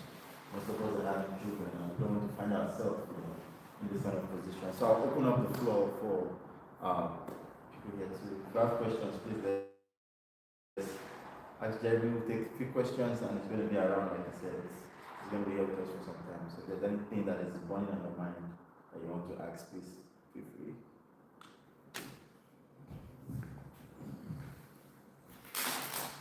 I don't feel my stepfather. That's one of the questions that is asked. Did you kill your stepfather? You find John. Yeah, John. Love is my life. That's good.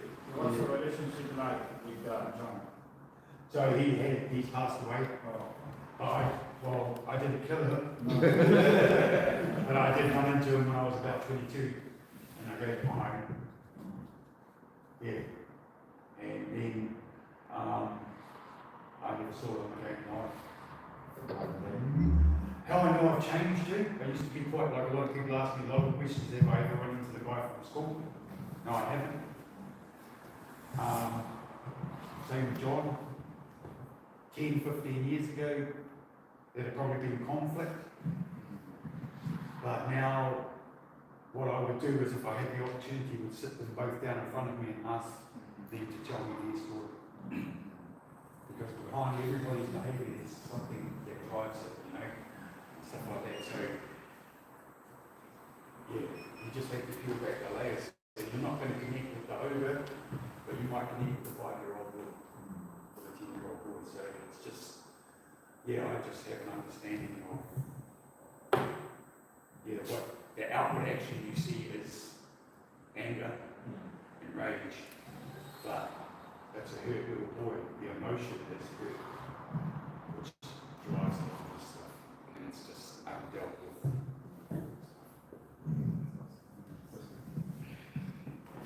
I want to thank you for the talk. I'm sure each one of us have stories and some things that they are unable to talk about until today they are comfortable talking about, and I thank you for that. And I have a question for like someone who like me who just got married recently and looking forward to having kids.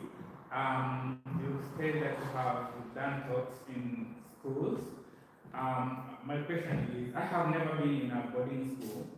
If I have kids and then they say I want to take them to a boarding school, would you recommend that it's something good or something to think about more further? Yeah, I would. So 1978 to 1981 was when I was at this particular college that I went to. Yeah.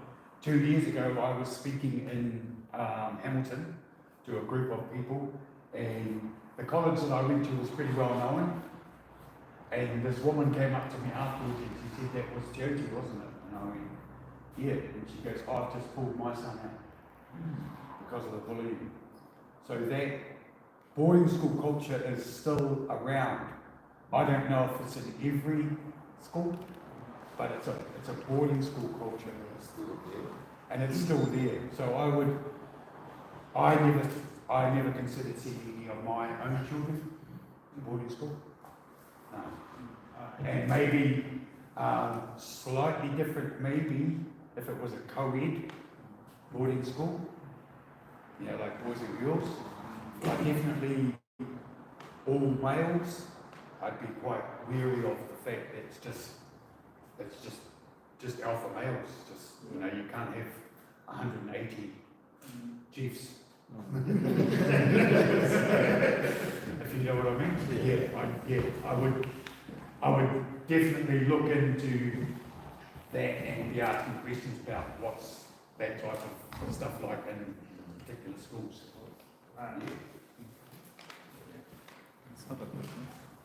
Yeah, thanks so much for sharing. What do you think about screaming and yelling? I know sometimes it just happens out of the blue, like the child has been telling me like 100 times to do something and you just end up screaming and yelling. Yeah. And to me, you sharing it like with, you know. So I had a myth in my head when I started on this journey, and it was something that I promised myself that I would never hit, because yelling and screaming is okay. That's a myth, alive and well. So my adult children, I was like, my girl was 12 and my boy was 8, and I walked out of that relationship after 16 years. And I was pretty estranged from my children until I started to make changes in my life. So they were in their 20s when I started to reconnect with those two kids. And they could see the change in me and stuff like that. But I asked them a question one night, and I expected to hear about the physical items that they got off me. But I asked them what they remembered. And what they remembered was my words. Was the way that I spoke to them, and the tone and the words and everything. So my tongue did more damage, I believe, in this world of domestic violence than my fists did. Because with fists, this is my way of explaining it, with fists, you leave bruises, you can break things, but with this, you speak into here, and you speak into here. And once they're in there, that can never be taken back. You heal from bruises. So the psychological and the emotional stuff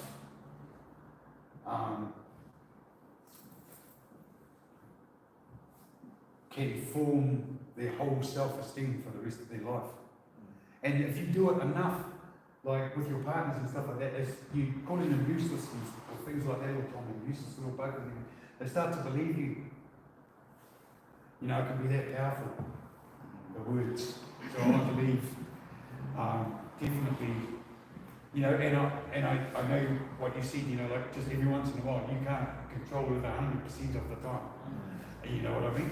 But definitely just, I'm a lot more aware that even if I do have because every once in a while something will happen, you know, I'm on a farm, so if the sheep are a bit stupid or whatever, I'm like, fuck! You know what I mean? I've got to go over to the girls, you know. Sorry. I've become very aware of, just by raising my voice how it can affect those around me. Yeah, so I do believe that it's very, probably more so. And because a lot of relationships don't progress to physical abuse, but that psychological and emotional abuse is going all the time. And it can just wear you down. Yeah, so I do believe that's very, very, very powerful weapon. Hello, my name is Anthony. I'm firstly so sorry I came in quite late, but I think I was very able to get a greater part of the story you shared with us. And I want to thank you very much for spending that time to share your experience with us. I've got two things. First is just a thought to give a response to what you had asked about the boarding school, and then after I've got this question for you. Yeah. The reason why I'm giving a thought is because I attended a boarding school, and I think Ben and Wallace also attended a similar school back home. And the experience I had was when you go to a boarding school, though mine was mixed, both boys and girls, you will see that you've got kids that have come from different homes. And just as they do say, there's usually a influence from your peers.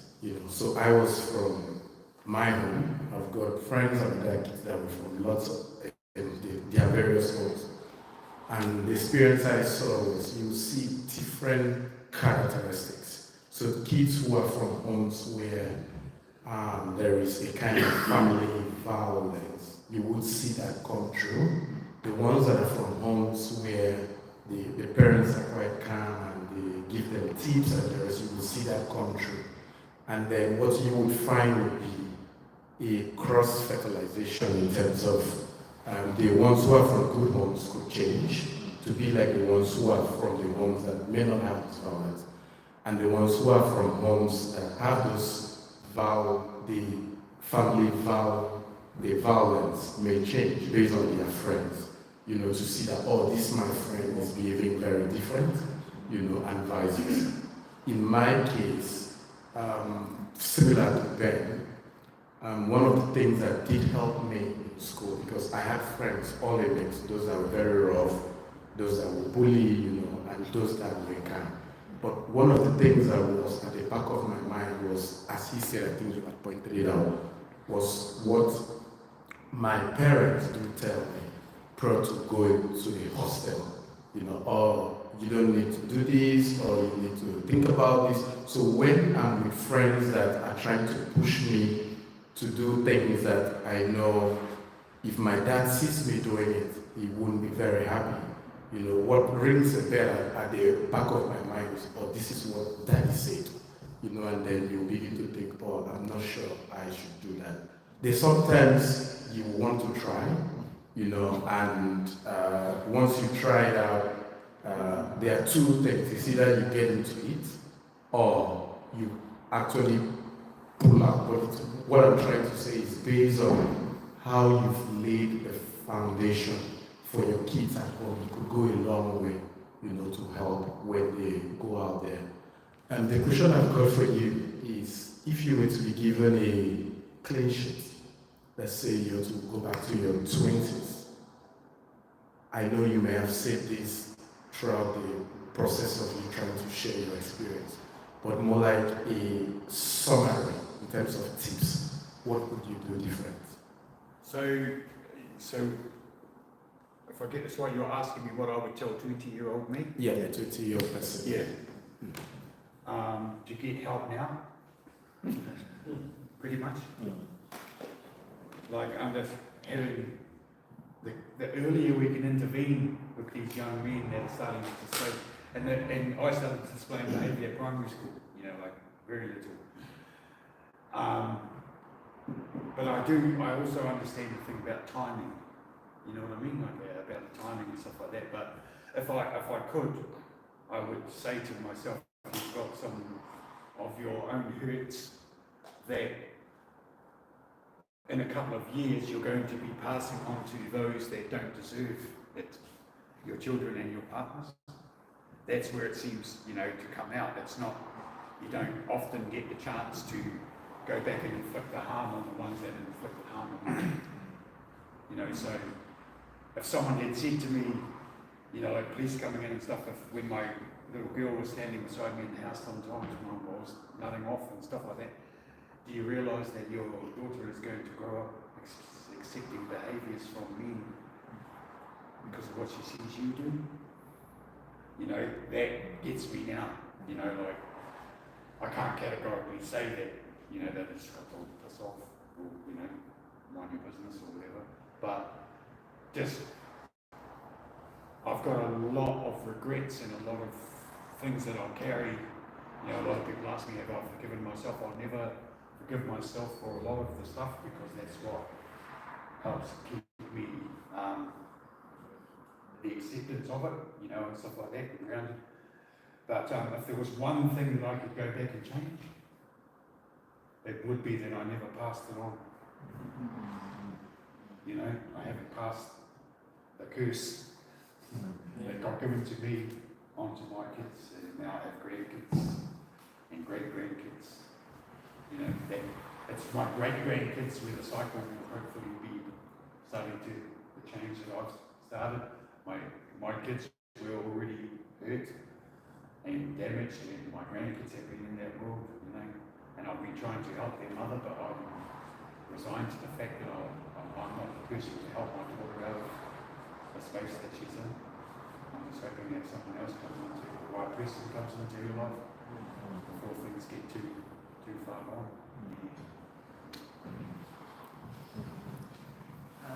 Thank you for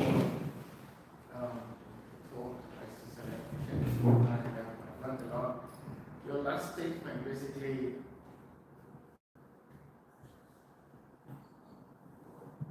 thank you. Your last statement basically sort of summarized my question. My question would be thinking about was if during the process of the different trials, experiences you have, if the extended family had stepped in,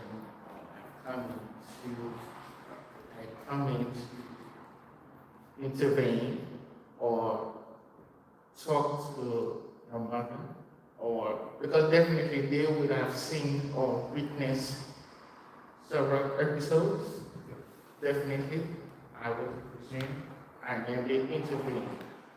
I will take you out of that situation, or suggesting help. You know, my question now is, how do we reconcile or bring in that family unit, extended family unit, in helping people going through domestic violence? Like, if everybody keeps quiet within the family unit, then it will continue. But if the family or extended family holds that person accountable, then I think if we can really control these issues or minimize this issue with the family unit, I think it was very long. Yeah, that's exactly it. I mean, particularly when I'm talking with the police and stuff like that, I talk about that and you know, and as extended family, we do know what goes on. You know, like you all knew that uncle and auntie that were always fighting and those kids and stuff like that. But they do need to be held accountable, and by holding them accountable, because and not 4 times out of 5, or you know, every time. Because if you let them off once or they get away with it once, then that just enables them to carry this stuff on. You know, and it is hard to step into a family member's space with that message and stuff like that, you know, and particularly if they're not in a space where they're ready to hear anything about what you've got to say anyway, and stuff like that, you know, so it's a difficult one, but just that accountability and I guess a little bit of the same, like in Māoridom, they used to have what they called whānau, which was sort of like adoption. So sometimes the grandparents would take children out of a situation so the children weren't suffering, or it would go to someone who couldn't have children and so they would love these kids and stuff like that. So, you know, that type of thing, definitely getting those kids out of that environment would help, you know, but it's a it's a pretty hard one to, you know, to come in as the extended family. You know, you'd have to be, you know, you'd have to be pretty squeaky clean yourself to try and have those conversations. Yeah. Awesome. And the last one? Thank you so much, Derek. I just wanted to share a little bit. Okay. So, thank you so much. Feel free and Yeah, so I think your story resonates with most of us. Boarding house, scenario at home, and what the ideal situation should also be. I think most of us come from a cultural background that also supports such kind of system. For instance, if there's a problem in a family, and a family person who we think is better can take the child and support. But unfortunately, when let's say in New Zealand, for instance, such systems do not really exist. Rather, we like to institutionalize children who are having issues, and that gives it creates a problem at the end of the day. Institutionalization hasn't helped any human being. We are social animals. We are not institutional animals. One thing that sometimes I get confused about when we are discussing such very sensitive issues has to do with me personally. So growing up, I grew up in St. Flats, so it's like an apartment, lots of apartments. One block, we had 19 blocks. One block had 40 different rooms. So technically 40 families in one block, 19. So roughly around 760 plus families within the so different backgrounds, different cultures, different socialization. And at the point of our life, we all started testing things out, like trying alcohol, trying to smoke. We started with paper, empty paper, and we progressed to paper with tea bag, and we tried cane, I don't know, and we tried it. But what made me stop abruptly was the day I was trying the cane. Cane actually produces a lot of smoke if you try it before. And so nice, so it was my go-to. I was trying it, and all of a sudden I had a very huge smack from the back. Pop! It was my mom. And she was so furious and happy because like I was the only son. I am still the only son with 5 sisters. And I usually don't go out. So she was wondering where I got to learn that from. And she was so disappointed. It came with its own issues and advantages. But one thing that kept me going and abstaining from smoking was that smack. Anytime I'm with friends and they want to light a cigarette or something, no, I'm okay. Because I have that feeling that immediately I take that cigarette and someone that trauma that really gets me away from smoking. Yeah. And so sometimes I wonder whether some of these things are good or not, because I'm a young parent too. And when my daughter was about 3 years old, she understood do this and don't do this. And my daughter is a sport. Like she will be everywhere. Even as of now that she's 6, she's more mature than she understands. So there was a day that I was working on my laptop and she was asleep. So she joined me in the morning around 5 a.m. I was supposed to be at school in Tokyo, but because of the COVID lockdown, I wasn't able to. So I was attending classes online in 8 hours time different. So midnight when we are sleeping last one. So she came 5 a.m. and she told me that she was hungry. She let me to make some cornflakes for her. Okay, I brought the milk out, brought everything, mixed it for her. She was eating whilst I was also studying. And all of a sudden she said she drank that. I gave this young lady water. And I went to bring the water. By the time I got there, she had poured all the on my laptop and everything. And immediately I just burst out, took a comb, an African man, took a comb, the African comb, gave it to her on her eye. And she was so, when as of now, I still remember how she was very, very sad. And I don't know whether she was disappointed because it was beyond just feeling the pain. You could see she was broken.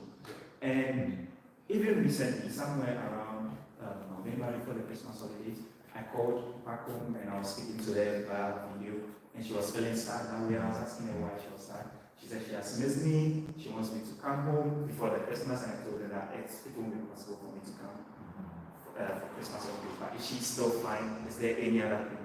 And surprisingly, she recounted that day when I beat her 2 years ago, telling me she couldn't recall exactly what she did, but she told me that, do I remember when she was young? She didn't even remember how old she was.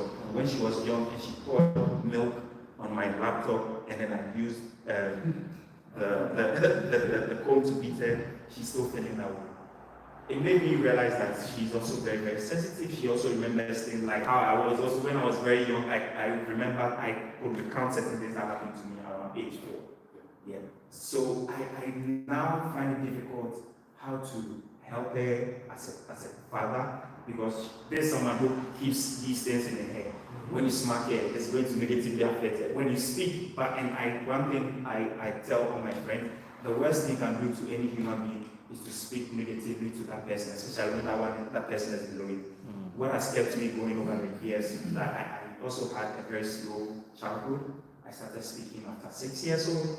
I could murmur at 4 and stuff. I couldn't really speak well. So, bullying here and there among your colleagues and in class and stuff.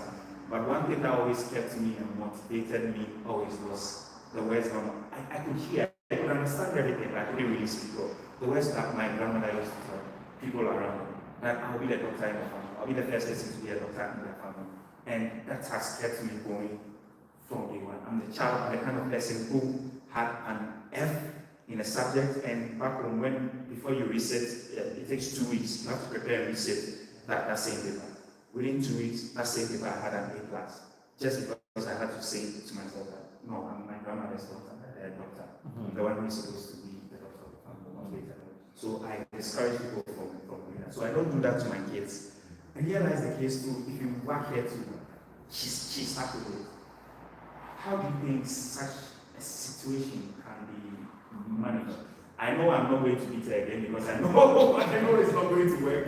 Or even if it works, to come back to haunt me. I'm not, I'm not skilled in what you're asking, but what I have seen, I guess from my own experience, all that I've been able to do is to keep now providing good memories, or new, better memories, and hopefully the one day when they come will disappear out of, it will lose its thing, but it does. I think acknowledging to hurt, like for my kids, I had to do that, I used to say sorry all the time after I'd given them a whack, but that was a pretty hollow sorry, but since I've been interacting with the adults and everything, definitely having a genuine, honest sorry and stuff like that, I didn't realise what I was doing and stuff like that. My daughter's, she's normalised it so much, she goes, it wasn't that bad yet. It's like, actually it is good. So there's that type of stuff, but acknowledging their hurt, I think is a big one. That's, as well, and then, like I said, providing more positive things can hopefully just, that will drop off the memories. Oh, I thought you wanted to ask. We're just wrapping up here. So thank you so much. Everyone, okay, one last question from you. So we can have dinner. Yeah, I've got thoughts. Okay, just a contribution based on my brother actually asked. You see,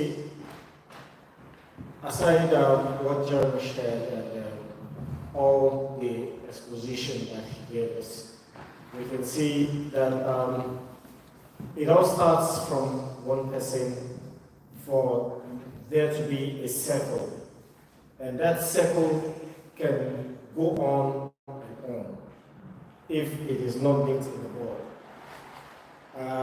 That being said, the ability for someone to realize and acknowledge that, okay, there is an issue with the behavior Because by the time you're causing harm to other people and pushing the bulk back to the people you're causing harm to, at that point, you not only become a disaster to others, you become a disaster to yourself.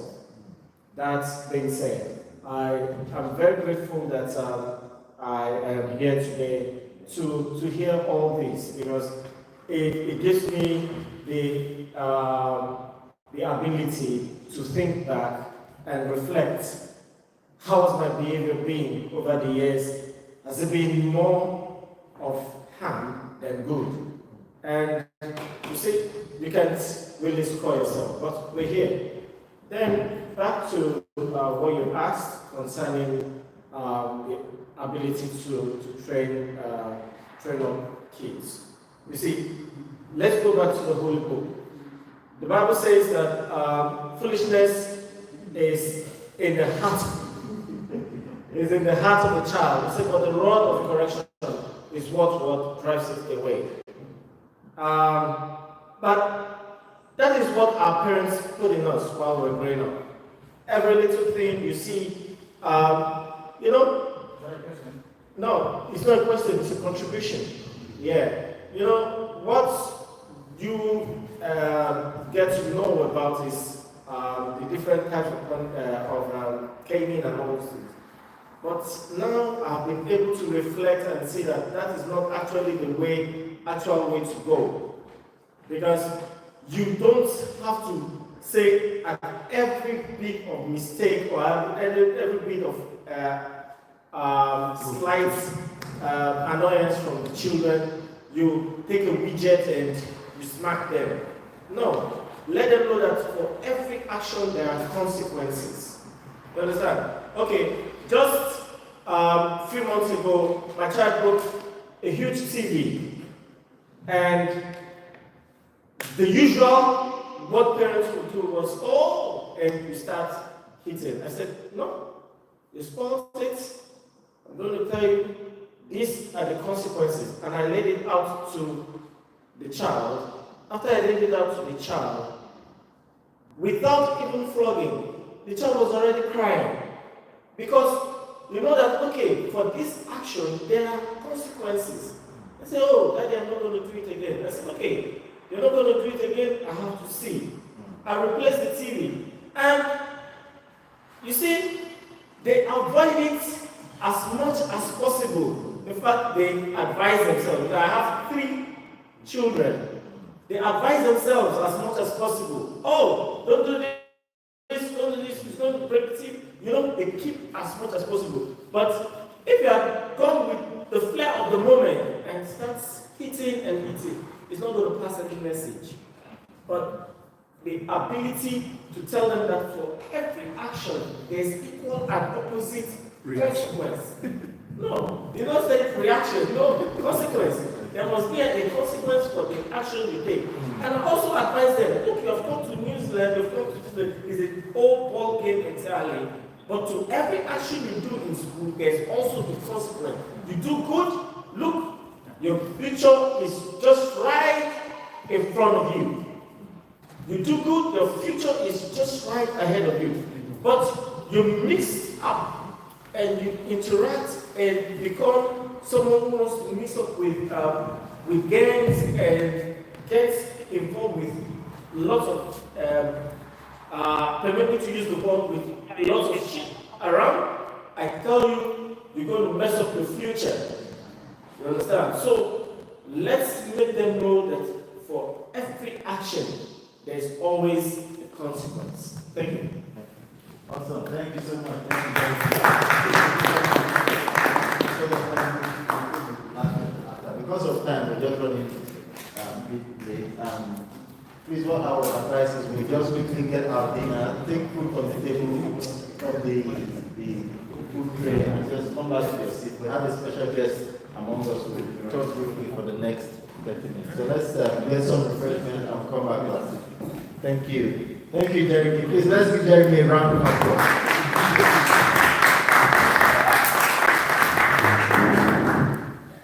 I think I emailed you guys. I've got it on here.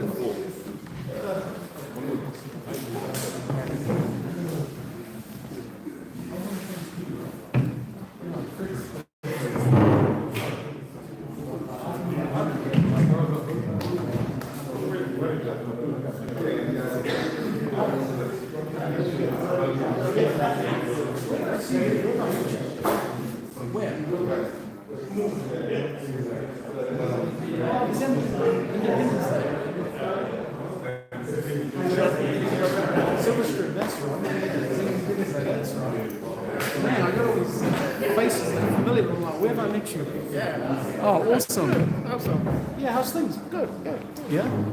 Good turnout, eh? Yeah. Nice. Good to see you. You too, my friend. Yeah. Yeah. And you were, what was your job? You were in IT or something, right? Geologist. Geologist. Sure, how did I get that wrong? No, they get that one. Then we talked about ethnic policing. That's right. That's Yeah. I'm still thinking about how it's going to work because I'm a student. So during the weekend, and I'm supposed to free, and I don't know how that would work. Work 9 to 5. Were we talking about the ethnic control? Yeah. That's what we're Yeah, talking we about. talked about. He said an email to John Zhu. Yes. Zhu. I remember now. Yep. Oh well, you know, there's no rush. I mean, whenever you feel like you can commit a weekend here or there, Okay. by all means. Okay. Yeah. Go for dinner. I mean, We'll talk later. yeah, absolutely.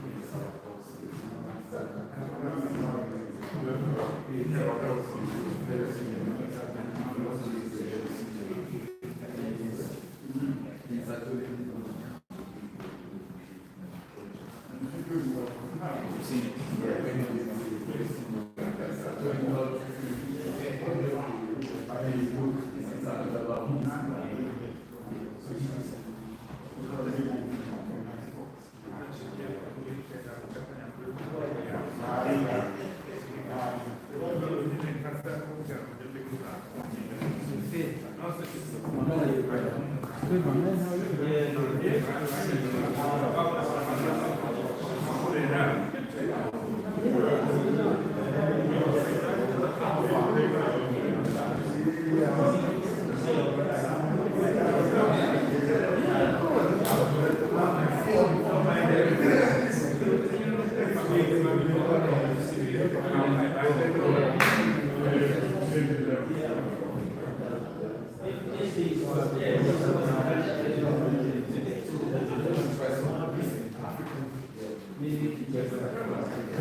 Yeah.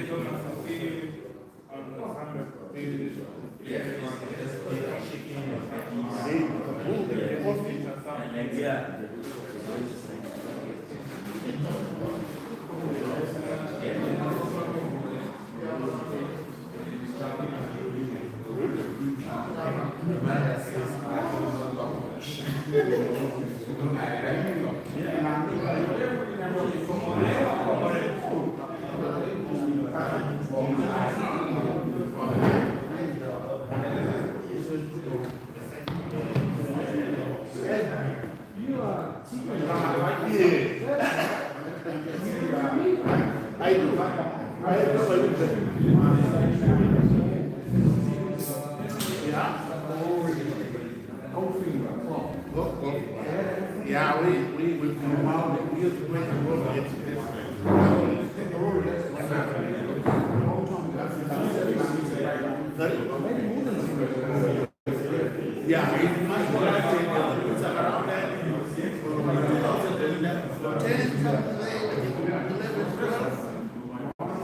yeah, it's around that.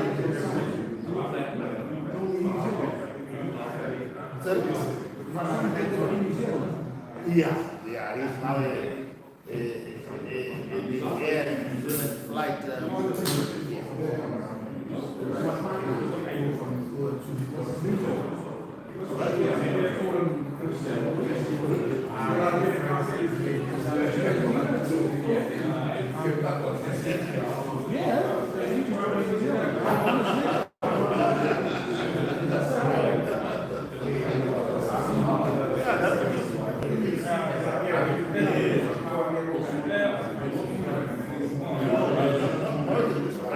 I'm really happy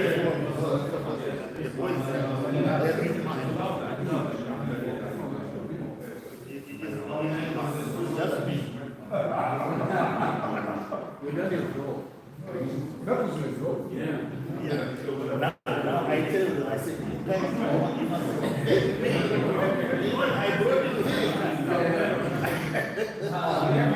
but they will say,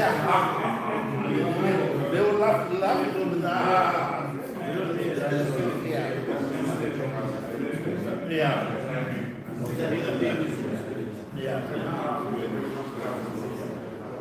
when they came here, you know, my dad who does still in high school. Yeah, he went to the Wellington Boys. Come on, and they don't have the Wellington they were still teenagers.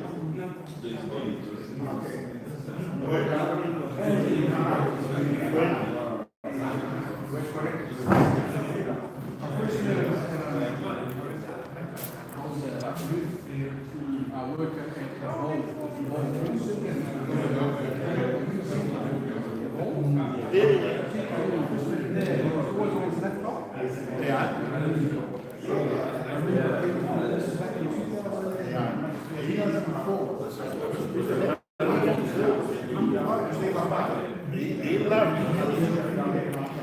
from the day he realized that he would sing well. That's the day he fell in love with him. He never was always creating.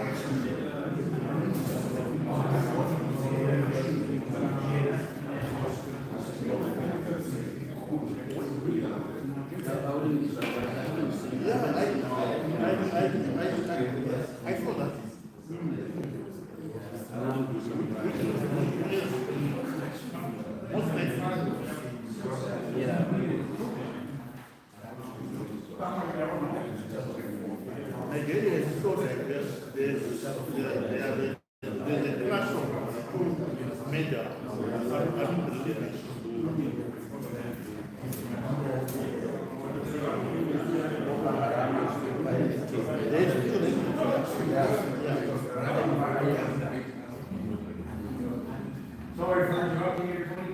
I just,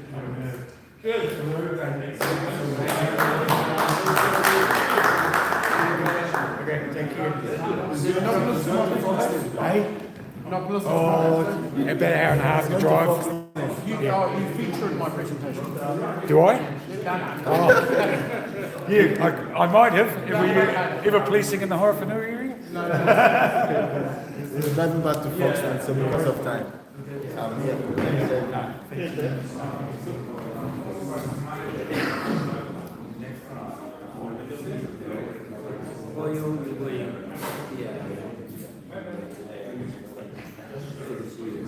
Okay, great.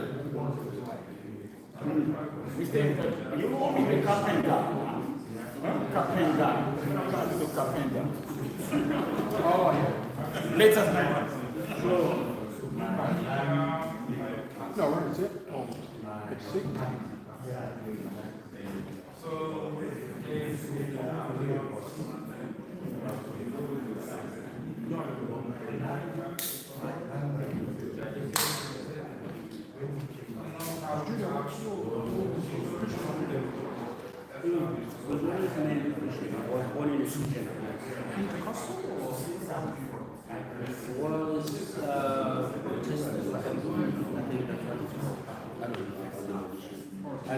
Yeah, I was going to church many years.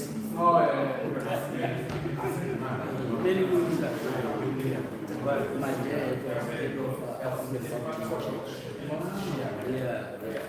I see why you're turning away. Yeah, too much pressure. Like, until I was 15, 16, I went to boarding school. That's what just happened. I was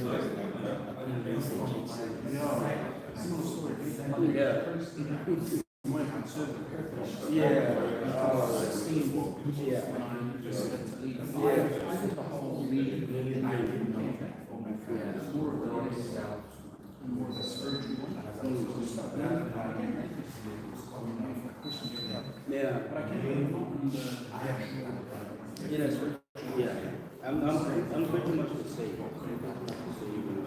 Because you learn something from early years. Teaching, learning, you learn something. When you get older, you learn how to use the teachings. Aligning the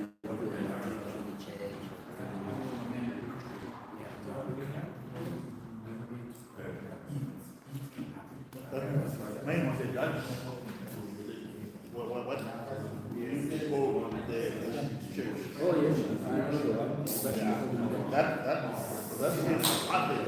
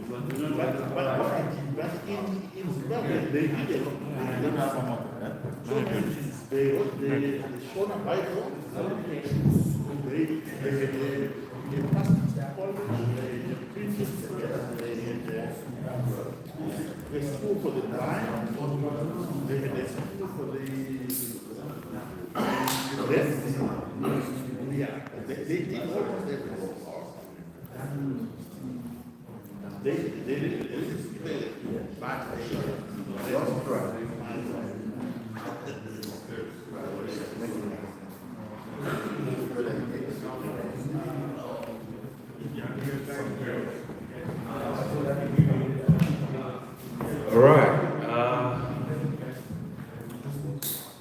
I know our mouths are a bit busy, but I would like to introduce the next speaker. I think just reflecting on what Jeremy had covered and just keeping safe to ensure that none of us gets into trouble. So we're going to now hear from the sort of the police perspective in terms of staying safe. So the next speaker is Senior Sergeant Phil PTU. He's an ethnic officer with the New Zealand Police Force. Please a round of applause while we welcome him.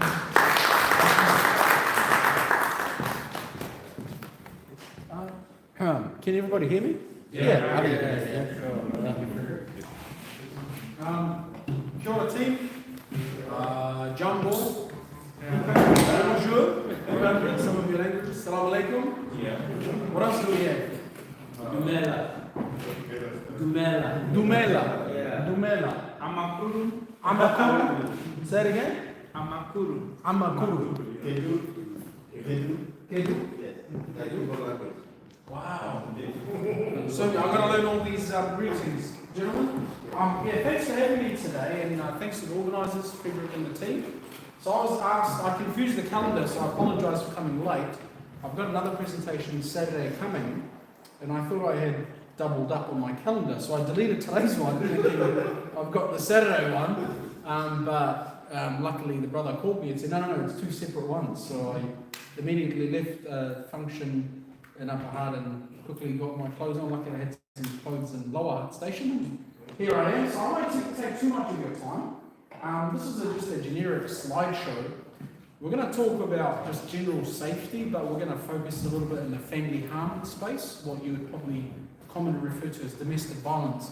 The reason why we changed from domestic violence to family harm is family harm incorporates the wider gambit of harm between family members or people who live with you. Domestic violence was usually limited to husband and wife or children, but we took a wide-eyed approach in saying actually if Judah and I were flatmates but we normally live together and we have violence between us, that's enough to trigger a response that addresses the risk because we live together. We don't have to be in a relationship. Similarly, if an extended family member lived with me, so family harm includes the people who live with you generally. So a little bit about me. My name is Phil. I know most of you. So I have a background of coming from a former refugee background. So I'm originally from Iraq. I'm an Assyrian Christian. North of Iraq. Last week 2 weeks ago we celebrated our New Year's, 6,775 years of continued existence. We speak Aramaic, which is one of the oldest languages, I think, in the world. It is similar to Hebrew and Arabic, but our one we claim is older. So for those who are part of the Abrahamic faith, you'll know Abraham came from the Ur, which is Assyria, and we speak Aramaic, which is what Jesus spoke while he was preaching. And I can still speak it. So I'm very proud. A very small group. We're a dying group. Until I think when the Jesuits missionaries came into our part of the world, we're a very small number in the high mountains of southeastern Turkey, northern Iraq. By the 1500s, they thought, no, Assyrians are dead, gone, and to their surprise, they found us still surviving in the hills. So we're still here. That's just a little bit about me. So I understand the refugee experience, I understand the migrant experience. Identity plays a big role, especially growing up. And a lot of this will be relevant to the younger fellas here and your family members. You know, what does it mean to be in New Zealand and have this culture? Because we're strong in our culture here. My parents want me to be like this, but actually, in society, my friends want me to be like this. So we get pulled. And unless we create some strong foundations and we have a true sense of identity that obviously comes with age, what I heard the other gentleman, what you were talking about, the gangs pulling you here and there, a lot easier for other criminal entities to pull our young people away, especially when they're vulnerable. Now, the difference between me and maybe some of my extended family, we went different ways in accordance with the law. It wasn't that I was any smarter, it wasn't that I was any better. I've got extended family who were just as smarter. It was identity. I found an identity that I could say, this is me, and for whatever reason that led me to the trajectory. Whereas other ones who struggled with identity and sort of had to fight this continuous tumultuous war about who am I, led them into group things that felt good. They gave you what you wanted as a young person, gave you a sense of identity, but it was the wrong identity. And then slowly but surely, you know, life had it that they went down a different path. Okay? So we see that manifest with a lot of communities. You don't have to be African or Middle Eastern or Chinese. Any community that has come to New Zealand, you know, from a migrant background, generally we struggle, we wrestle with the idea of identity a lot more than maybe fourth generation New Zealanders, if that makes sense. So really briefly, role of police. I know there's a lot of misconceptions of police based on our experiences back home. When I told my parents I'm going to join the police when I was 21, I was working at Evolve Youth Service, and I remember Komatua here's son TK. He was always on his laptop doing music. I was a youth support worker helping some of our African and Māori young people. Never thought of police until we did some projects to help young people get their licenses. I was at university at the time. A really good cop came in and he said, look, I'll help you get these young people licenses because they're just driving without a license, getting in trouble. Let's prevent that. Also, we had a little bit of fighting happening in the streets, so we did a little fitness project. Anyways, this cop, his name was Matt Boyce, he helped me out, and from then I thought, wow, cops are actually good. Because my perception as a refugee coming in was police is not a good thing. You don't talk to them, you just avoid them. That was informed by me growing up in social housing. I grew up in Te Arahu Flats, in Newtown. So a lot of my friends had a certain perception of police. And I can understand that sentiment. But until this cop came in, he broke the ice. I said, hang on, this is what I've been told, but this is what I'm seeing. And then he said to me, have you ever joined the police? I said, no, I've been the first Syrian person joining the police. He gave me a booklet, I've still got it. It was old school. This is back in 2005. And I read it, and it was just amazing. I was like, wow, it combines fitness, so physical stuff, which I like, and the mental stuff. So it combines both. I couldn't be an officer with all this, too boring. I couldn't be a labourer all that, too much. So this is a bit of both. So I liked it, never looked back, and then I just told my parents, are you crazy? Doctor, lawyer, architect, yes, police. What is wrong with you? So I had to convince them, and slowly but surely, I joined, they got to meet some of my colleagues, and then they finally accepted it. And now they're my son, police, senior sergeant, yes, right? You know how people, they like to go, my son, police. I first joined, you were like, what are you doing? anyway, so it's opened a pathway. I think it also, just by me joining, without even doing this, just by joining, a lot of our community started looking and going, actually, that could be a career for my son. And it's opened up a lot of doors. Now, thank God, we've got 2 females who've joined from my community, which is very hard to do. And just by being with my police colleagues, even if I'm not doing this, community-facing stuff, which is my role, but even if I was just front line or any other role, just by osmosis, just by being there, you're talking to your colleagues, going, where are you from? What's your language? Yeah. So they know. So I always say, as ethnic communities, we're very big on, oh, it's all their fault, it's police's fault, it's the government's fault. Good, I don't disagree sometimes. And they need to do this. Well, why don't we become the agent of change? I could have sat there protesting, police this, that. I decided, you know what, here's a line, take a little bit of risk, go there and change it inside out. So here's a little recruitment pitch. Honestly, we don't have enough African recruits coming in the pipeline, very hard. Like I can literally count on my hand, I think, in our district, Wellington district, the wider region, which encompasses at least 1,000 police officers, I think we've only got 2, maybe 3. And I'm discounting, no disrespect, I'm discounting a European African. You know what I'm saying? Yeah. So we have South Africans of European descent, so when you take that away, when you talk about, say, ethnic Africans, like yourselves, 1 or 2, that's not good enough. You know, so I mean, we can do our part, but we really need you on board. So I can provide details, and I'd love to chat to anybody who's interested. We've got another segue into it. We do the ethnic patrolling. It's a patrol group that comes out with us voluntarily on weekends to see what it's like. We give them a bit of training. We give them some high visibility vests, a bit of community patrols. Our one's a bit different, and they're not in cars out in Johnsonville or the suburbs. They're actually on foot with me or someone like me in a car on the beat like tonight. Sometimes they patrol on Saturday. Between the hours of about 6 p.m. to about 10 or 11 p.m. So it's not too bad. It's not the later hours, but it's hours where you get to see how we talk to people, how we use the radio, how we assess situations. And out of that, we've made at least 15 cops, and 12 of them from refugee backgrounds, which is very hard to get. So that's my little pitch there. Okay? If there's anything, if you sleep for the rest of this, okay. So misconception of what we do. Here's what we do. We keep peace, public safety, community assurance. This is similar to community assurance. Enforcing laws, preventing crime. Now, we all know this. When you watch Hollywood movies, anything that goes badly, anything, there's always the blue lights, the handcuffs, the taser, they get down on the ground, you're under arrest. Believe it or not, in New Zealand, a big chunk of our time is actually this. And this. Because if we do this right, we prevent a lot of that. You know, it's kind of like when you go to a doctor, prevention is better than cure. There's no point.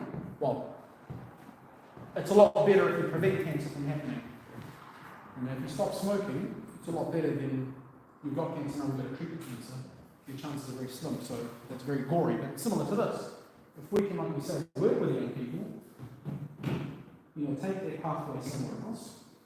It could be the small little offending here. It starts off with maybe driving without a license. And they come back to our attention. Next is, you know, smoking weed in public. Next is violence. Next is, you know, selling or supplying drugs. And next is, well, you just keep going. So if we can nip it in the bud, it starts off maybe in school. When I come to school, and they're only 13, 14. School alerts the parents. Parents go, okay, we need a police intervention. Can we sort it out then? If we sort it out then with prevention, we don't get that person over here. So it's basically what we try to do best. In an emergency, what do we call what number? We all know this. Emergency in New Zealand? Cool. What if it's non-emergency? 105. 105. Cool. What's the difference between emergency and non-emergency?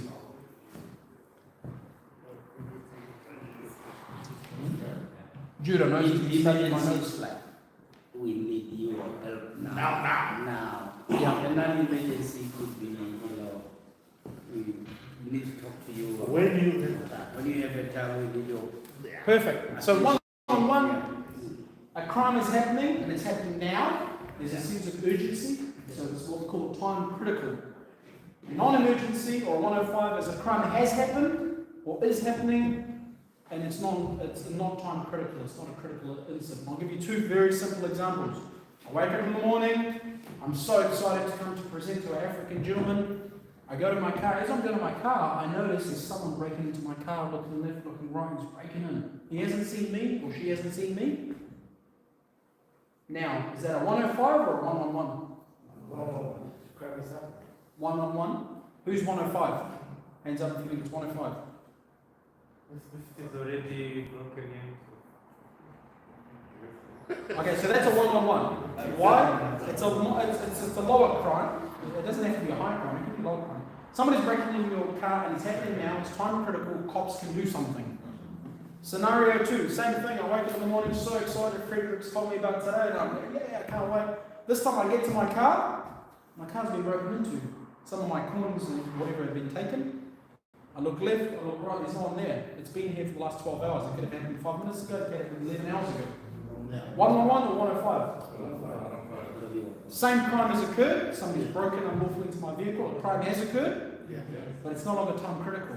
If police turn up now or another 12 hours, there's not much difference. 105, 111. What if you're confused and you don't know it? What do? Somebody's getting beaten up, kicked on the ground. Let me think, you say that, let me think about it. What say? 105? No, I'm not, just let me think. What would you do? Just 111. Fear and doubt, 111, and we will listen, we'll triage it. Now, something really important, because I don't think anybody is in the habit of practicing 111. We don't do practice, right? We call when we need to. How many of you have actually called 111? Hands up. Okay, so quarter of the room, less than half, yeah? How many of you have called 111 on each other? None. So quarter of the room. Because when do we call 111? Do we call because we're happy and, hey, I had a really good day today. You know, I was in the taxi, I made, 20 customers in 1 hour. No. Is this us being recorded? I do a lot of impersonations, okay? Drive the consent. So people call when something bad is happening. What happens? Adrenaline. Everybody studies about adrenaline. What does it do to you? Your mind goes into a fog, right? What you haven't practiced, you're going to fall off. So believe it or not, a lot of people who call from like third generation New Zealanders, when they call 911. What? Why would they call 911? Hollywood. You're lucky because even if you call 911, it will direct to 111, right? So just give you an example of, I'm not talking about people with a third or fourth or fifth language who migrate, I'm talking about like third generation Kiwis who panic, oh my God, something's happening, 911. So just give you an example of it's not as smooth for everyone. So you've called 111, something's happening. David is beating up Judah, right? He's beating him up. 111 or 105? Don't say 105 because I don't like Judah. Say 111 because it's life. So you call 111. So I am. Okay. Who wants to volunteer? Who wants to be a volunteer? So they're making the 111 call. Anyone else? Abraham. All right. So Abraham has witnessed this. So go 111. This is what happens. Hello. Would you like police, fire, or ambulance? Police, please. Okay. Connect you to police. No, you connect to police. Now, Abraham. Do not get the start of the... Yeah. God works in mysterious ways. So your name is Abraham. Yeah. Anyways, Abraham, so now you've connected to police. Listen to this because everything is critical because Judah, despite his, his kung fu years, he's getting beaten up and he's got minutes, if not seconds, to survive because this guy is in the Mayfire. He's a tough boy. So he's going to make critical decisions. Now, what do we go? There's 3 bits of information. Do we first say what's happening? Or do we say where it's happening? Or do we describe who's involved? Wait. So you say where? Who says what is happening? What? I think what? Hands up what? What? What is happening? Hands down. Hands up where? Location. Yeah, you can't do the criminal in this. The last one is hands up if you just don't know. Sense of oil.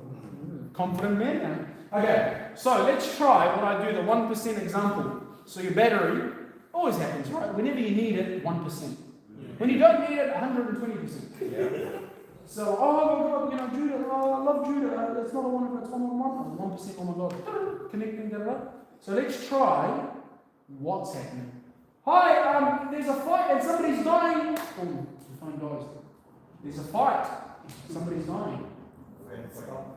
Next one is let's describe. Yeah, 1 connecting to police. Yeah, hi, there's a good-looking Rastafarian guy with a black hat, and he thinks he's tall, but he's actually 5'5", and he's So we're looking for some good-looking Rastafarian who thinks he's tall. Good luck. Well, number 3. Hi, 92 Cuba Street, there is a... Do we know what's happening? No. Do we know where to go? Yeah. Will, whatever comes up. Location. We know this. Now the question we get asked, but my cell phone won't connect to the right place.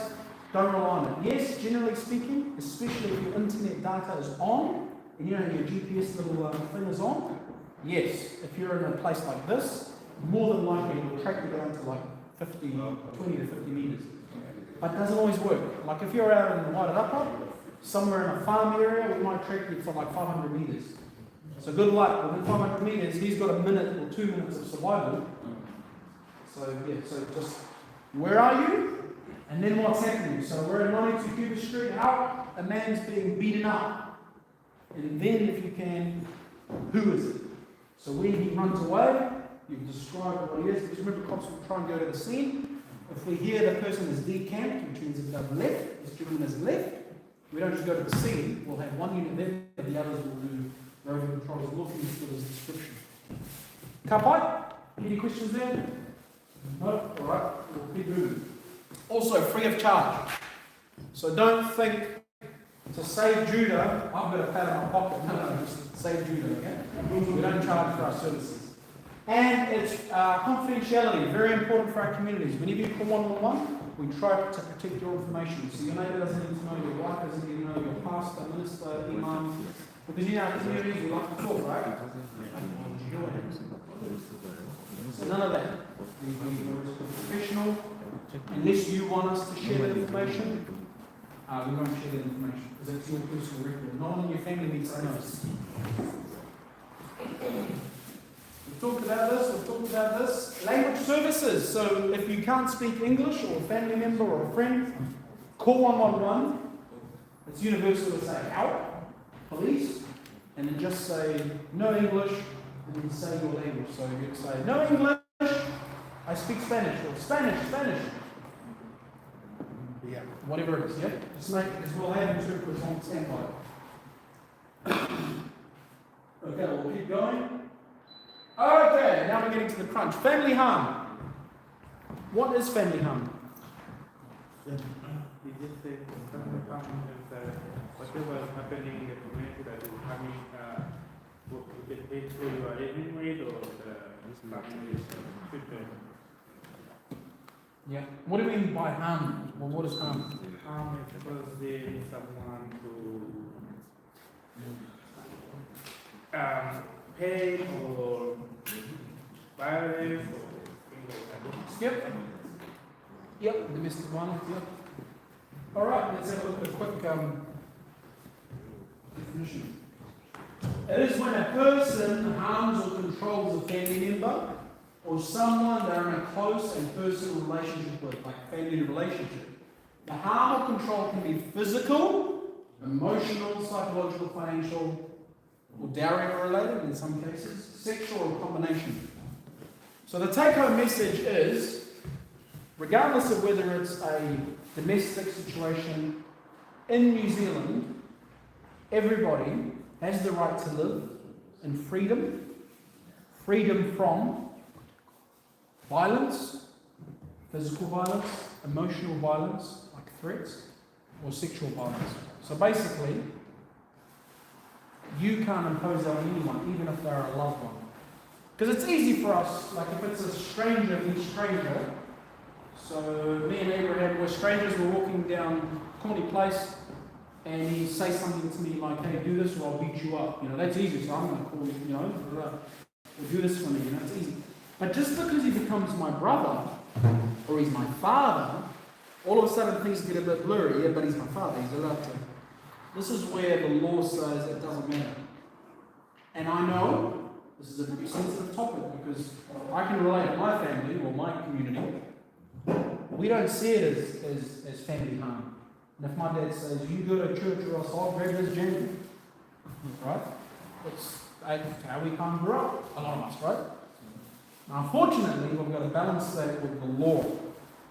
So if my son, if I do parent him in this fashion, which I say is my culture, and I'm not saying that's not right, but if I do discipline my child through slaps or the jangle or whatever I was used to, if a complaint is made, you are breaching the law. Let's make that clear. I mean, I know we all have cultures. The law is the law, and the law has to be one, yeah? We can't say, no, because you're from this part of the world, you're allowed to slap your child, because you're not from this part of the world, we'll hold you to account. Ideally, as police, we factor in things like culture and background and faith, but essentially we're going to be objective. Because if I arrest your neighbour for doing this, but I don't arrest you, we don't look objective anymore. Okay? Obviously, when we hold people to account, it's not about locking them up, throwing the key. No, that's long gone. So let's say this gentleman, sorry, I'm just picking because bad decision. But let's say this gentleman, there's a one-on-one call, you know, somebody in the family said, help, David, and your name is David. Beautiful name. And David, I don't know, slapped his daughter, for example. We get a call, it may not even be the family, it could be the neighbours. They've seen it. We get there, he admits to it, we talk to the girl secretly, and she goes, yeah, it happened, but I'm okay. So our job isn't necessarily just to arrest and take him to court. Our job will be, yes, we hold you to account. You may not be arrested, and maybe we'll give you a police safety order. You've got to go now and stay somewhere else for 2, 3, or 4 days until you come down. We don't want you in this household. Because if we leave, what happens? Why don't you call them? It just gets worse. This place. So we'll either give them a PSO. If it's severe enough, we will say, actually, you're going to be charged with, whether it's a summary offences, Crimes Act or summary offences, assault, male assault, female, whatever the case may be, we'll find them a charge. That's just to hold you to account. But what we try and do at the same time, usually when this happens, there's underlying factors. And they usually, in my experience, it's either there's mental health going on that isn't being addressed, there may be alcohol or substance abuse, there may be cultural dysfunction or like cultural norms that aren't appropriate in context, and alongside that is mental health, so trauma, PTSD. We see that with some of our migrant communities. So our role isn't just to arrest you and that's it, within our job, it's actually to get the right person. Obviously he has to comply. I mean, you can't help people that want to help themselves. If he says, look, I've had a whole 5 years, I've been unemployed, that's financial as well. I've been unemployed, I'm stressed out, it's not an excuse. Doesn't matter, you still can't hit the other person. But we take that into consideration and say, okay, we can provide you help. We've got experts, we'll feel you want to, would you like that? And he has to obviously say yes, and he has to make use of that if he surely and truly wants to better himself or his family. Our job is not to divide, our job is not to say, hey, little girl, run away, never come back home. And our job isn't to say, no, you're out, you'll never come back. No, our job is to say, look, at the moment, you're exhibiting behaviours that concern you. But we want to work with you because we want you to love your daughter, we want your daughter to love you, we want you to be a happy family. But in order for that to happen, my friend, you've got to produce. You've got to produce. You know, that's the sort of corridor we'll have. And it's challenging, it's hard, because back home, there's none of that. It's like, I'm the dad and this is my house. I'll do it as I see fit. It's a private matter, some of our country, unless you don't kill the person. It's, generally speaking, if you have a little argument, it's a private matter, but it's not. It used to be, like 30 years ago, police would turn up, as long as it wasn't massive. You know, the girl's crying, you've slapped her, whatever, or vice versa. They'd be like, okay, cool, yeah, it's nothing to do with us, and you just behave yourself, see you later. What we learn when we do that is it only gets worse. It doesn't get better. It only gets worse, and then in 2 years' time, we come back and he's killed her, or she's killed him, or she's killed the baby. So we're not doing this because we like destroying families. Absolutely not. That's not our objective. Our objective is dysfunction. It's hurting those you love, and it's only potentially going to get worse. So let's take some of the cultural elements aside and look at it from a pure human perspective. We want the best for you in your daughter. In my honest, I'm not a father yet. Well, I'm going to be, hopefully. But knowing my family and my sister and others who've grown up in my community, I've always said, if you don't, this is just don't take my advice, this is my advice, this is what this is. If you don't invest in your children, raising them in New Zealand, you will lose them. The old ways of, I will do what I think is right, you've got to follow. That'll work until they're 14, 15. Then they know they're right. 16, they can leave home. And you can't do anything about it. So, my point here is that I'm not saying lose our culture, but I'm saying we have to share. I was the first to do it. There are things in my culture. If I practice here, I'd be in jail. So, let's be honest, it's reality. There are things that are great in our culture. Sense of community, our food, our dance, our love for one another, our passion, our history. There are other things in some of our communities, not here specifically. Forced marriages, arranged marriages that are basically forced marriages, female genital mutilation. These are cultural practices.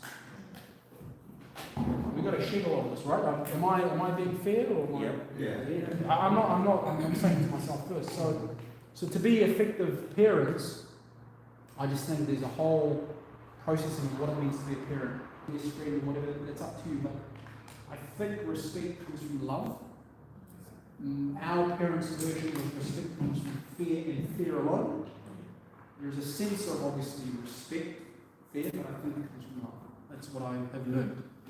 So, very challenging, because it's coming to terms with what it means to raise children here. And you know what? Children are going to think for themselves. They're being taught at school.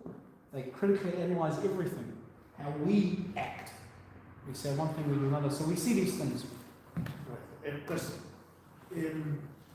While still on family harm, if it's a true story which happened here, if a parent who is having problems with one of the children, daughter or son, takes the whole family to Zimbabwe in Africa, this happened, and simply because he was now in Zimbabwe, he felt entitled to discipline the child. But he couldn't do it here. Then they come back. What do you do? So your question is, it's a real example? Yeah. So he's taking them back home. Yeah. Discipline them legally there.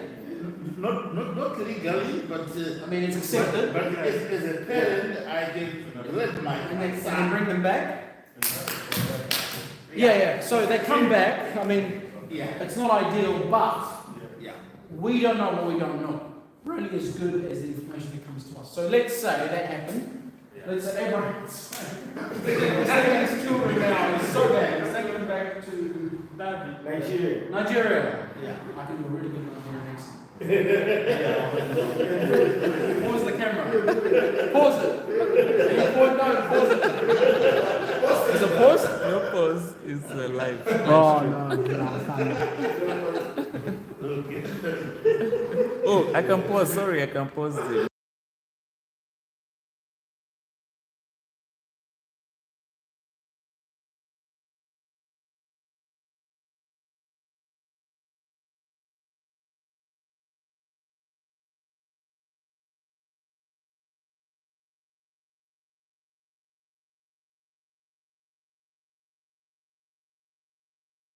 No, it's everybody. Yeah, good so he's taking them back to Nigeria, disciplining them in a way that isn't allowed here. He comes back, unless somebody tells us, we don't know. And that's part of the problem with sometimes our communities is we're so closed in. And I understand, we try and protect one another. Now, in my community, I want to share something. I'll get to answering more. Just elaborating. So we had a family that lived in Strathmore Heights. And there was a husband and a wife, and I think they had 3 or 4 kids, right? The husband had severe PTSD. He was a soldier in the Iran and Iraq War, I think the Gulf War as well, so he was pretty messed up. For years, he had a delusion that his wife was cheating on him or something to that effect. Anyways, there was family harm going on. Nobody spoke. So police had no record. Normally when it gets to something severe, there's usually an incident here, maybe 6 months later, incident 1 year, then we can track it. The more we track it, we can put the right things into place. We don't normally see 0 to 100%. It's normally like this, you know? So nobody said anything, because why would you talk to police and dob your neighbour or dob your father and dob your whatever, you know? We keep ranks. And it wasn't until we got the call, when the kids went to school, he planned this, premeditated, stabbed her, I don't know how many times, like over 20 times, stabbed her to death. She kind of knew it was coming as well. This is how bad it is. She knew he was going to do something, she didn't know when, but she told her friends, no one told police. So we got a call from the neighbour, help, he's screaming, shouting. She was stabbed to death and he tried to hang himself to finish himself off while the kids were all going to school. So police got there, they rescued him in time. Now we've got a young mother dead. And if you go back to the history of our records, probably nothing. That's what I'm saying. You don't go from nothing to murder. It would have been, if it was reported, it would have been verbal, it would have been maybe something minor physical, it would have been abuse, and then murder. So it's not dobbing people in, it's we're only as good as what you tell us. We can't read minds, we don't know these, you know, for this district, let's say there's 1,000 cops, there's 550,000 people. Okay? So to answer your question, so that's what Abraham David has done. And if somebody knows this and they care for the kids, and sometimes you've got to go back a step, take 2 steps forward. Right? Yes, it's going to hurt David temporarily, but what's the interest of the kids? And is an interest in the long run. So somebody called in and said, hey, I've got information. We work on facts as well. You can't just hearsay. If you just tell us what verbally, it gives us enough to talk to him. We can't even say, look, we're aware, we are monitoring, so please. But if you have evidence, there's actual evidence, video, whatever, or the statement from the kids, then we can do something. We may be able to do something. I can't answer it because it happened overseas, but at least we can monitor. So next time David decides to go overseas, there's an alert in the system, he gets stopped at the border, New Zealand border, and his kids. So there's things we can do to stop, question why you're going with the kids, because we've got a report previously this has happened. So it really depends on the evidence we have. Again, we may not, I don't know if we can charge him, because it didn't happen on our soil. Yeah. But again, we go back to prevention. How do we prevent that from happening again? Or is it, if it's happened there, is it happening here? You know, are the kids safe here?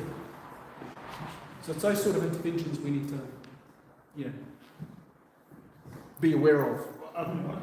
The child says, yes, he beat me up, and the father says, yeah, I did. It's back home? Yeah, it's good in terms of all. Yeah, so you've got the evidence, but again, because it didn't happen in New Zealand soil, I don't know if we have the capacity for allowed legally to charge him, but an alert can be put on the system, certain conditions can be put in, or certain. That information is helpful. Look, I can't give you a straight answer because there's so many, it's very complex. But at the very least, we're aware. And we can touch base. And sometimes just the doorknob and the corridor is enough for him to go, oh, I've got to think twice. Or sometimes it's enough, that initial conversation be enough for him to say, yeah, I need help. So don't underestimate the power of the doorknob. We may not be in handcuffs, we may not be going to call, but that doorknob is a start. And they can open other doors. Yeah, thank you. My question is this. The idea of domestic violence most times points to the man as the villain.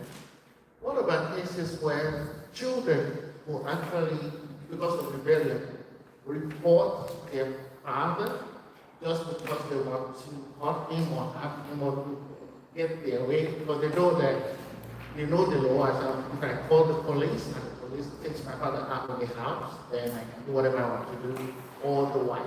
But how do you then reconcile when the man knows he's innocent, but the first thing is to take the man out of the house? How do you reconcile? I definitely hear your concerns.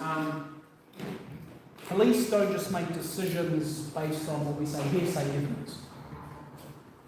We like to examine. So if the daughter is saying this, but the child saying something inconsistent, and the father. So we like to look at it holistically. We have our process to examine each story and make an informed assessment without evidence. That is, if there's evidence to it, like here's a video of my dad beating me up. But you're right. In some small cases, yes, there have been cases where people have used police as leverage, whether it's the wife, the children, or even the husband. And family harm isn't just husband versus wife and children. No. Family harm can be wife against husband. And there's psychological harm as well. Men are overrepresented overall, let's be honest, in family harm. So mostly it's men against women. But women are overrepresented against the children. Interesting, right? There's a dynamic. You harm the wife is more likely to harm the children.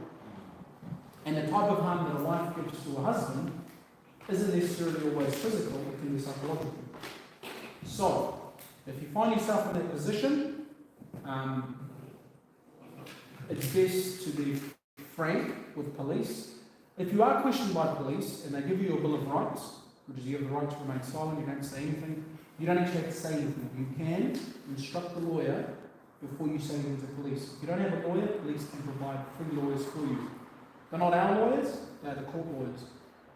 So you have both options. If police are questioning you in relation to a crime that they perceive you've committed. As soon as they give you a Bill of Rights, that means they're questioning you as a potential suspect for an incident. You have the right to not say anything, and so I will not say anything apart from what's giving you details. I'm not going to make a statement, I want to talk to my lawyer, or I want you to give me a list of the free lawyers, and we'll have to give it to you. But again, to answer your question, a lot of allegations are made against a lot of people. Do we take all of them seriously and action them? No. We'll only pick the ones that are based on evidence, where it's very clear, like let's say the daughter said it, and then the neighbour who has nothing to do has said, yeah, I've seen him do it. And then the school principal has some concerns about him as well. Now we're painting a picture, right? Versus a 12-year-old saying, my dad beats me up. So I'm not saying that's not enough, but when you draw a bigger picture, then it's more compelling, yeah? So that's a bit, but I do agree, there are times when people call us, and we've seen it, the whole, come and get him, I want him. We get there, and then she just wants to scare him. You've made an allegation pretty well, you've shown us something people in person. No, leave him alone, So believe me, we deal with a lot of sensitive situations, so we go there with an open mind. Generally speaking, unless the violence is happening and there's blood and it's bad, we will go in, take yours in, and use physical restraint. But generally speaking, in most cases, it's been an argument, when we get there, they both talk down, we've gone with cool heads, we don't inflame, we try and separate them, talk to them, and find a way forward.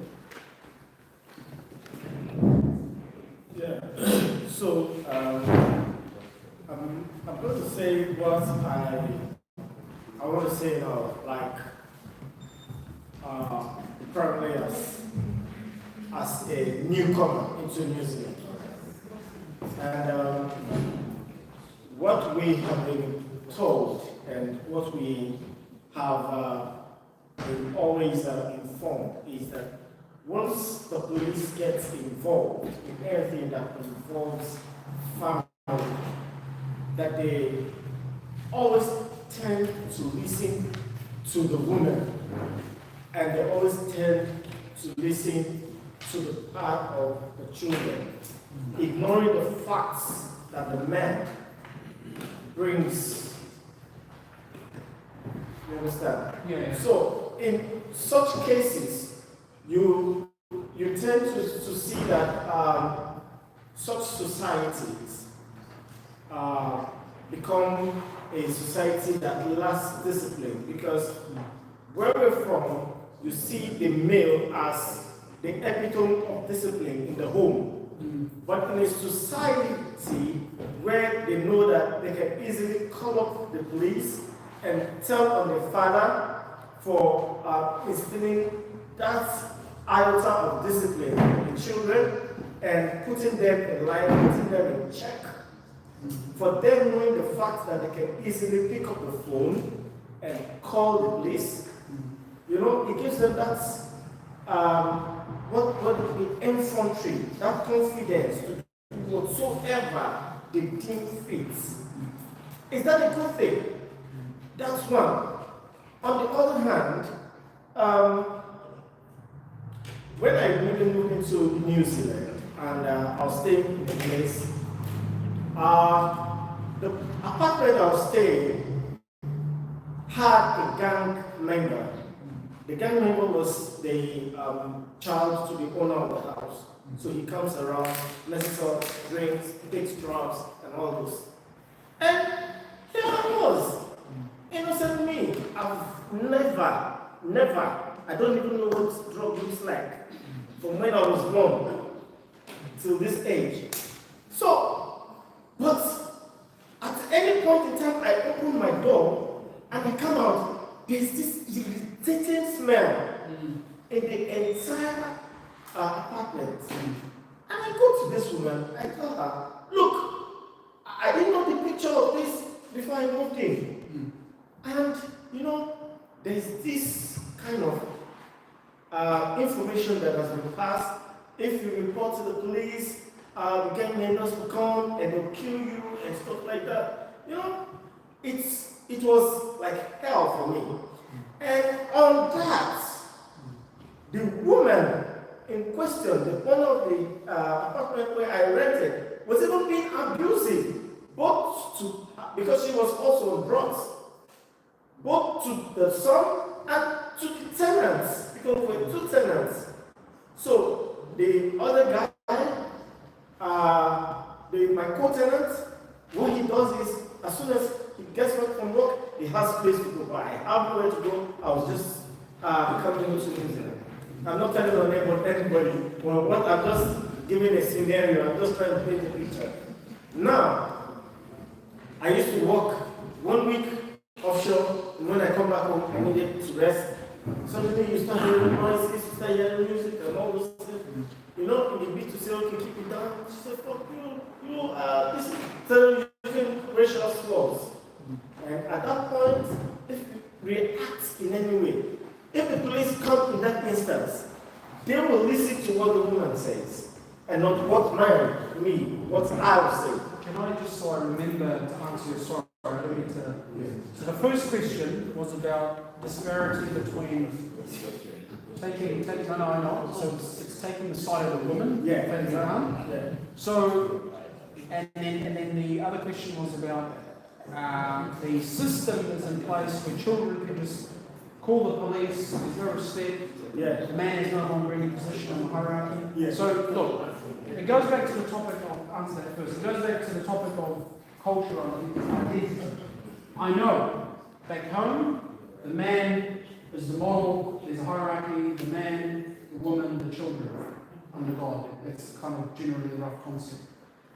I'm not saying that doesn't work here. There's plenty of people that I know who are parked here who definitely have that in place. I'm not here to say what's right or wrong, morally. I'm here to say that we need to examine the systems in which we operate in New Zealand, our cultural systems, that may work or may not work. Because for a daughter to call on her father, I don't think it's as simple, for me personally, I don't think it's as simple as we make it. I think there are some deep-seated issues that lead her to that path. I think in a well-functioning family, and again I'm thinking, pie in the sky stuff, in a well-functioning family, where there is that love and care, not just fear, I don't see it likely for the daughter to randomly call on the father just to make him pay, unless there are mental health issues that are going on, and police will be mindful of that. I think in a healthy, loving environment where there is a semblance of hierarchy, but not quite as, as pronounced as it was at home, I don't see that necessarily happening. But I do understand what you're saying. When we get here, the man seems to lose what in Māori we call mana. And that is something we'll grapple with. I don't have a very simple answer to that. It is just something that we have to acknowledge. It is something we have to work on, and I don't think it's in the police's, it's not in our domain to tell you how. This is why we have the likes of Judah and other leaders. These forums are here to help you navigate culturally. I'm only saying this out of my police uniform as ethnic like you, but I think these conversations are best had in a social services space. We'd love to provide information there, we can't. We're not social workers. We can tell you what the law is, we can tell you how evidence is gathered, we can tell you your rights. We can't really give you any real feedback as to how to be a man, as a Nigerian man with a family, in a postmodern society. It's very hard. Now, the last question, it doesn't answer it, but the last question about neighbourhood disputes, you can call police on your neighbours. And you don't have to call 111. You can call 0800 Crime Stoppers.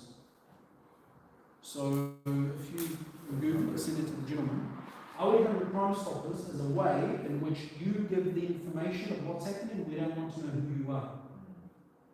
So that's an anonymous hotline. That is an independent group of police, but they then give that information to police. So it's a way to keep you safe.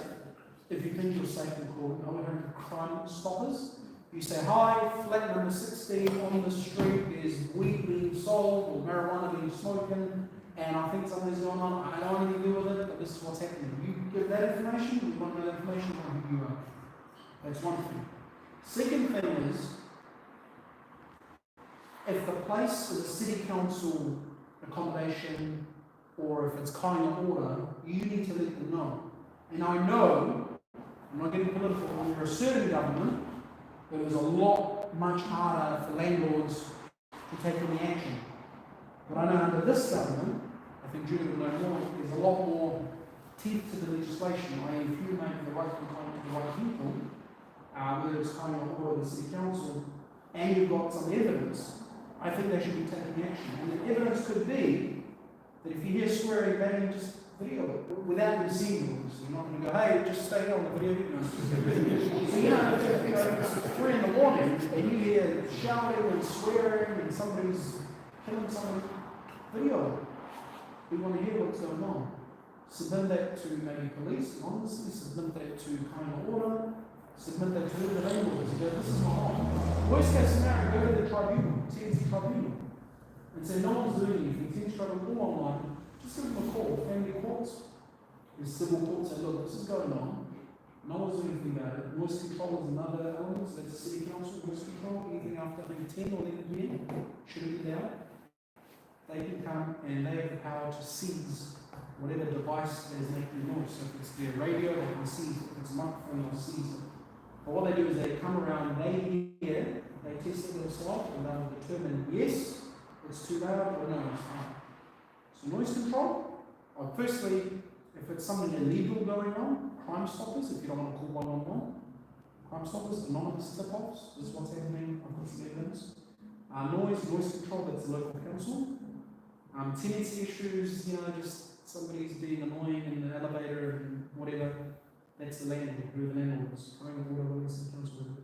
So there are avenues, it's just, we got to have the, what do you call it, impetus to follow through.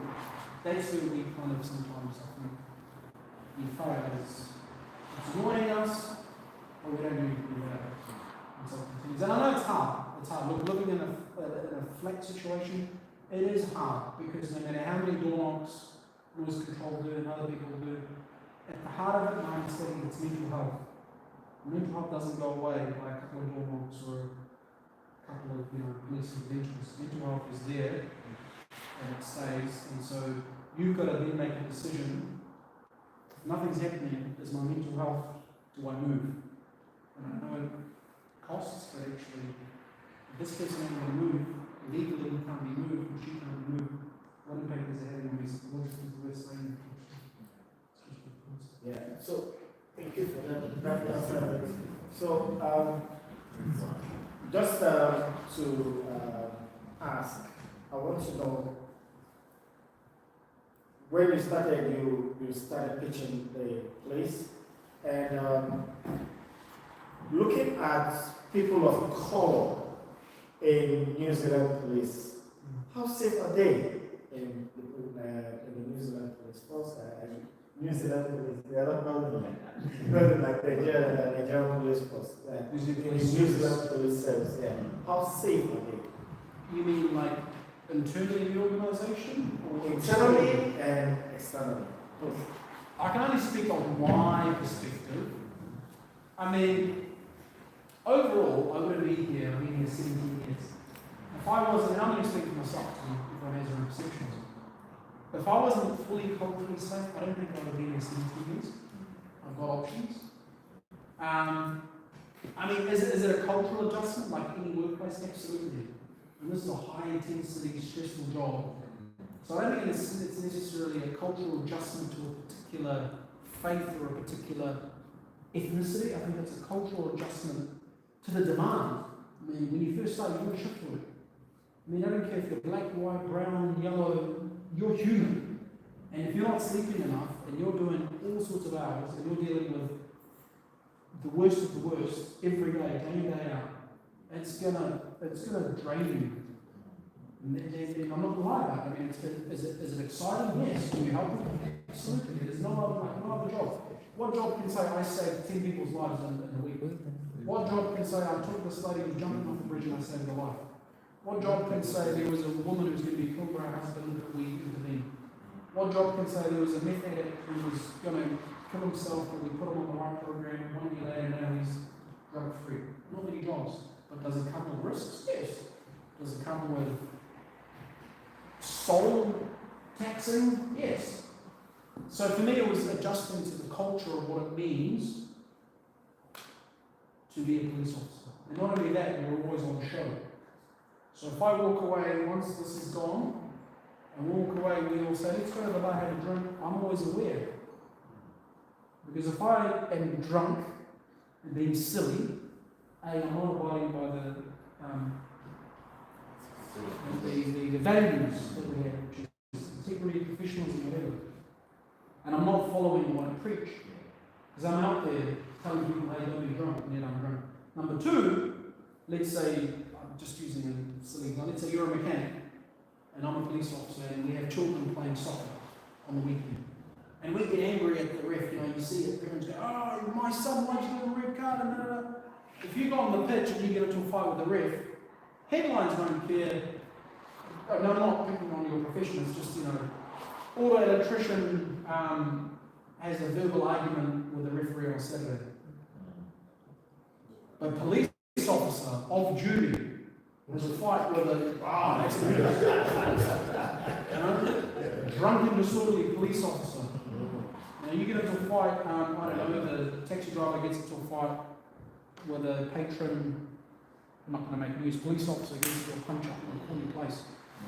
So those are the cultural demands, is you're always on duty. In terms of outside, how people receive you. And for me, like any society, you get people who just hate you because they don't see the colour, they see the uniform, and they just hate you. And you're never going to, no matter what you do, you're not going to please them. That's a very small portion, but it's amazing how our brain only remembers them. Then you get a mid portion, a bigger population who are near the end, where they'll judge you based on you. If you're a good person, they will act accordingly. If you're not good to them, they will act accordingly. And then you get the small type who love police, as long as you're nice to them. When I first joined, there was more of an element because ethnicity in the police wasn't as diverse. And I say it not, don't see me like skin, so I can pass. But I don't know. If I was African, maybe it would be different. But I certainly, those who I was in the Middle Eastern, the small group, they were definitely, once they want to hurt you, they want to hurt you. And they will keep going. Bloody terrorists, this, that. I remember a driver where I arrested someone completely lawfully, who was arrested for whatever reason it was. He was in the back of the car. He was verbally abusive, and that's fine. When they just, because there's drugs, and you just one ear up the other. But then I remember it became very personal because he started looking. I started saying, then he got very personal. Go back home, why don't you come to this country? And for a moment, it started, festering. And I noticed my colleague sort of looked at me and said, do you want me to park up? You get out and I'll sit with him and we'll get you another ride. I go, no, that's okay. So I just listened. And if you act just as a physical being, this job, is hard. I think where we are good is we have a spiritual component to us. And the spiritual side said to me, that's a measure of him, that's not a measure of you. What he's saying, that's on him. He's making a fool of himself. You know your worth. That's what I mean by identity. If I didn't have a little bit of anchorage, I'm not saying I'm perfect, but I have a anchor, I know who I am, I know my history, I know what I'm doing. I know I'm doing things lawfully and right and fair. He can say what he wants. He's drunk, it's no excuse. He's drunk, he's on drugs. If anything, I feel sorry for him. So that changes it immediately from I'm a victim, of if he hates me, then he hates me, why am I any job, tax your card, any job, that you get verbal abuse. I change it to go, you know what? Success has enemies. When you're doing something right, you will show people around you're not going to like you. So I didn't react to it. I just went through the process of normal channels. I showed him the respect that he deserves, and he just stopped. Because if you don't bite, you'll just keep going and you just listen to his own voice. So the best measure is just ignore. Just tell myself. It's not about me, so. Hopefully that answers the question. It's probably not so much. Yeah. We can have a discussion offline. But team, we've got to wrap up because I know I've gone over time. So family home very quickly can be physical, sexual, or psychological. So difference between physical and psychological. So this is my partner here, and I say to him, where's my dinner? He goes, I was busy, I didn't cook, and I go, eat late, and I slap him. That's pretty straightforward physical assault. What about emotional? I come home and where's my dinner? And David says, I was busy, I come back, listen, if you don't have a little bit of next stuff, I'm going to discuss spiritual things. I walk away. So for us, that's an assault. So you'd be charged for that. So it doesn't just have to be physical. Yeah? It's not okay to snake or hit children. So that's another thing we find is we're used to the automatic, or not we, some of us. I know my dad does, or others. We're used to, discipline is just a reactive thing. Like a little slap, hey, don't do that, or why'd you spill that? Or these are things we've got to address. And that's why we have facilitators and experts in the space who can find ways of parenting. We need parenting courses for some of our people, yeah? Because we go straight from 0 to 100. And I've seen it with my relatives. They're like, oh, you're so beautiful, my kids. And they do the wrong thing. Oh, and it goes from this to that. So we can't, I think we can't be here or there. We've got to sort of find a way. And nobody has the right to use intimidation, fear, or mind games to gain power over another person. So all in all, it comes back to a lot of our shared faith. What does our faith tell us? Respect, love, and endure. We do those three things, we won't have to see any of this. And I know it's easier said than done.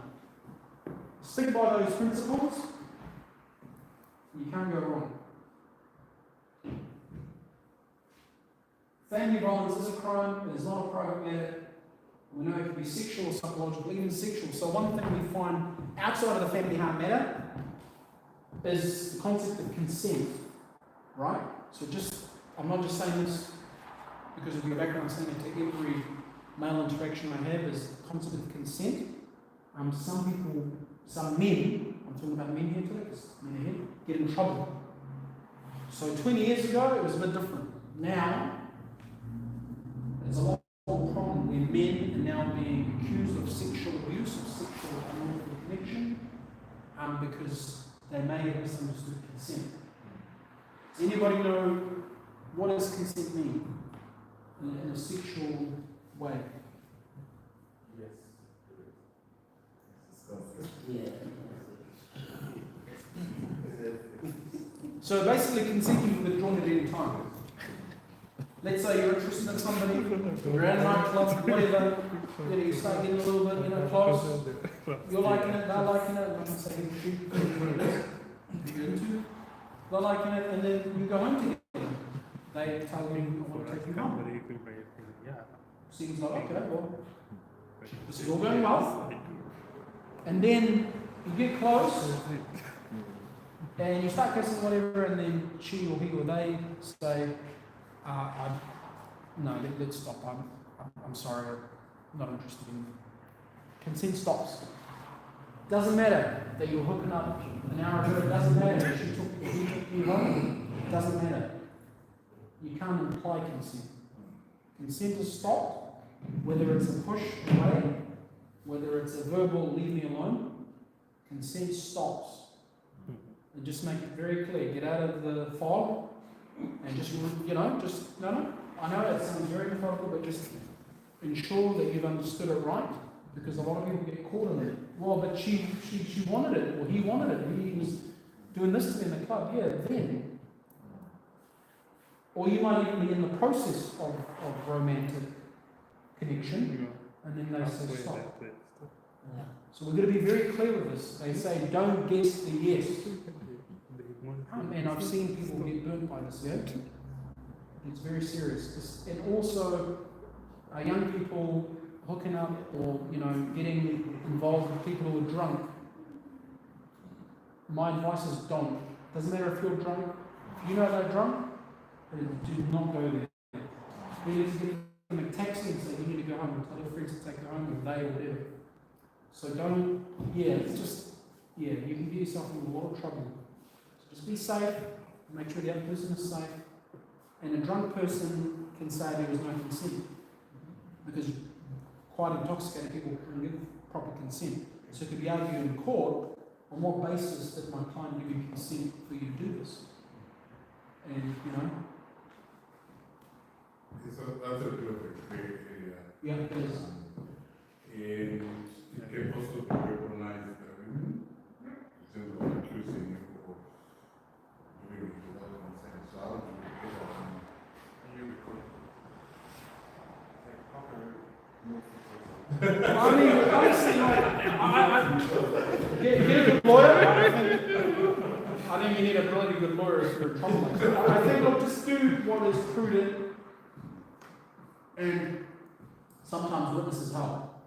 So if you're on some shady alleyway on your own, it's your word against his, or your word against hers, and we know how that goes down. There's a perception, there's a certain gender bias. I don't know, because I'm not in the courts, I'm not a judge, I'm not a jury, I'm not a police officer. But you're telling me there's a discrepancy.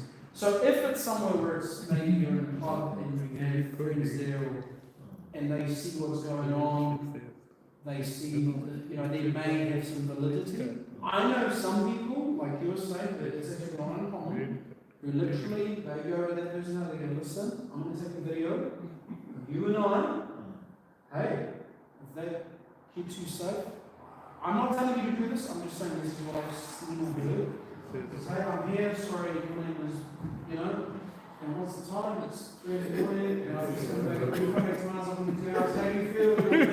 So we're at my house, Could that help you? Maybe. Maybe it helps you because it's timestamp.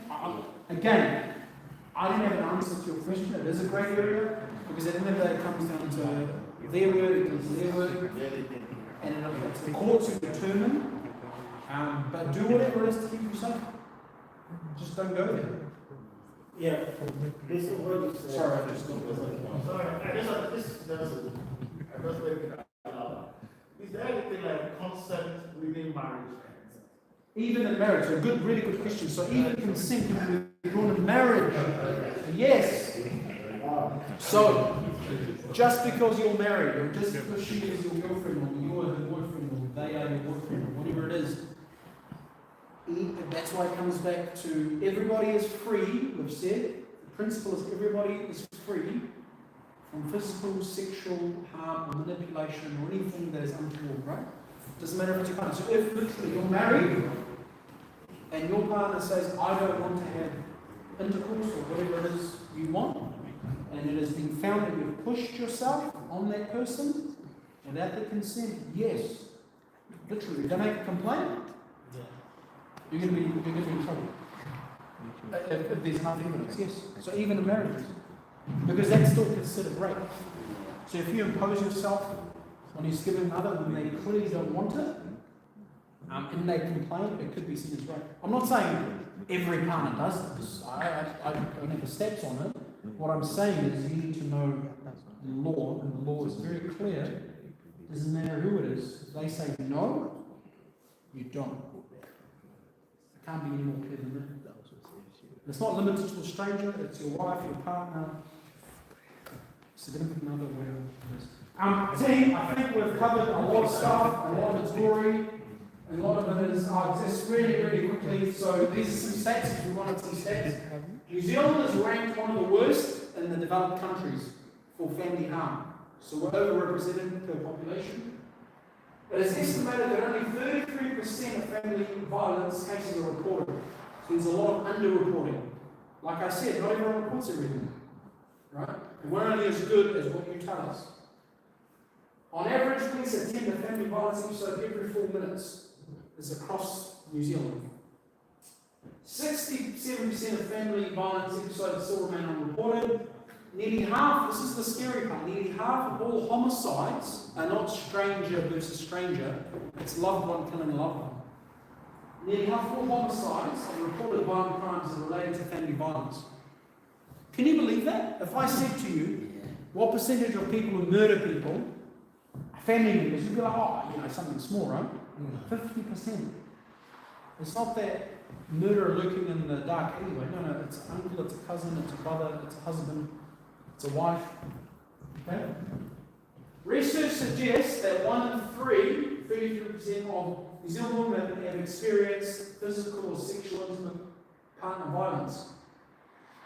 When psychological abuse is added, where economic harm sits, it increases to 1 in 2, so 55% of women.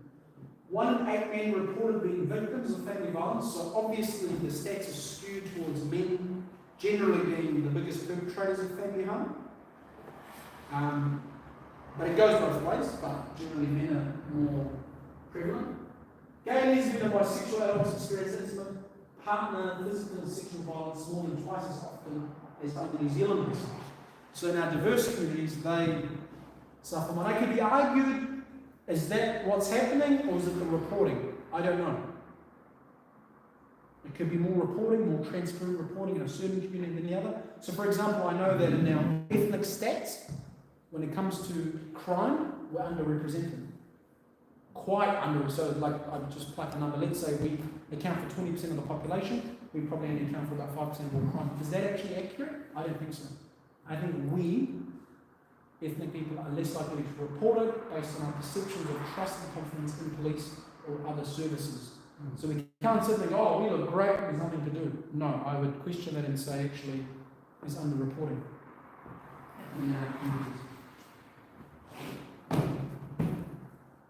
And this just goes into other ethnicities, so Māori, highly represented, Pacific Islanders, highly represented, in general crime stats and family harm stats. I'm not going to go into what the reasoning is. I'm just call it fact. 34% of European women over a lifetime. Asian women report a lower lifetime prevalence of family harm. 1 in 10, roughly. And then it goes into age and all sorts. So look, we can provide these to the brothers here. Sexual consent, we've talked about it. It's not okay to touch anyone. Be mindful of others' private space. Another thing is in our culture, it's normal to hug, it's normal to embrace, it's normal to kiss. Just don't guess it. If some people aren't initiated, don't go in for the hug. Like it's just how it is, you know? I know a lot of us do this in the comments by heart and what is culturally appropriate. That may not be appropriate with other cultures here. Like, you know, especially with kids. And then we have our kids, hi, uncle's here. Just be careful if it's outside of our culture. Some people don't appreciate it, yeah? So just, I know it's a lot to think about. Consent can be drawn at any time, even if sexual activity has started. Don't assume consent.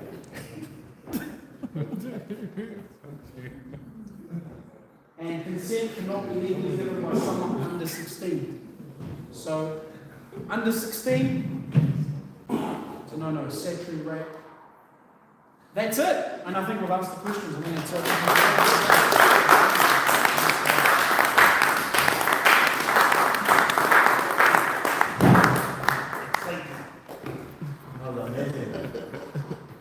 Thank you so much. Let's give another round of applause for Phil.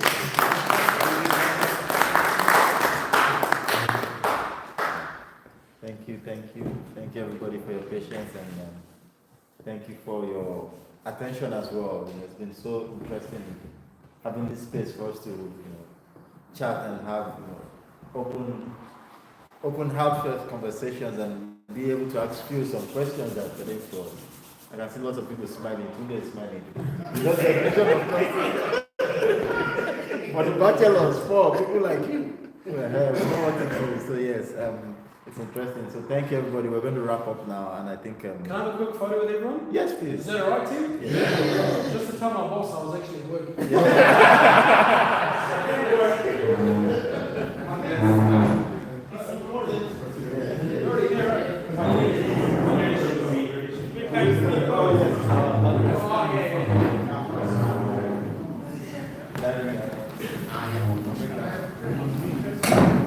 You have to be in this one.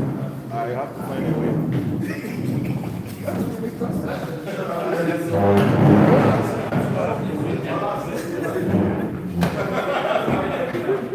You have to buy.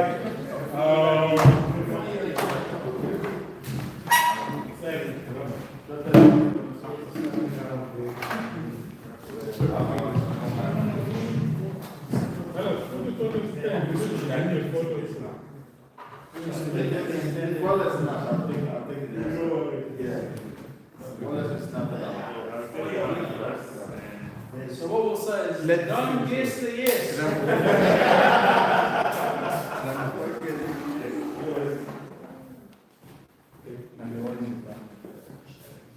Yes, I think waiting one more second.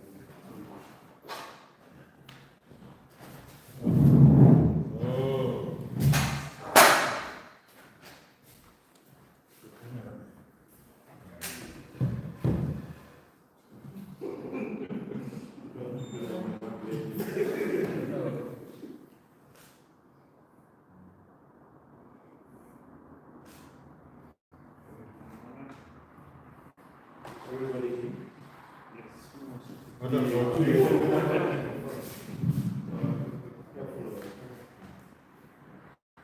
This is a police function.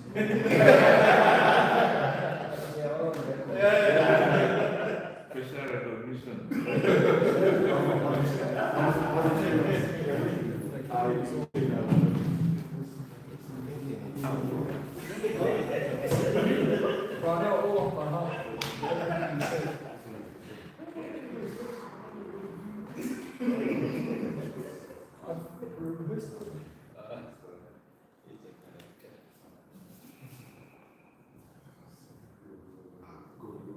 He doesn't do too much good. Crazy icing. Smile. Again.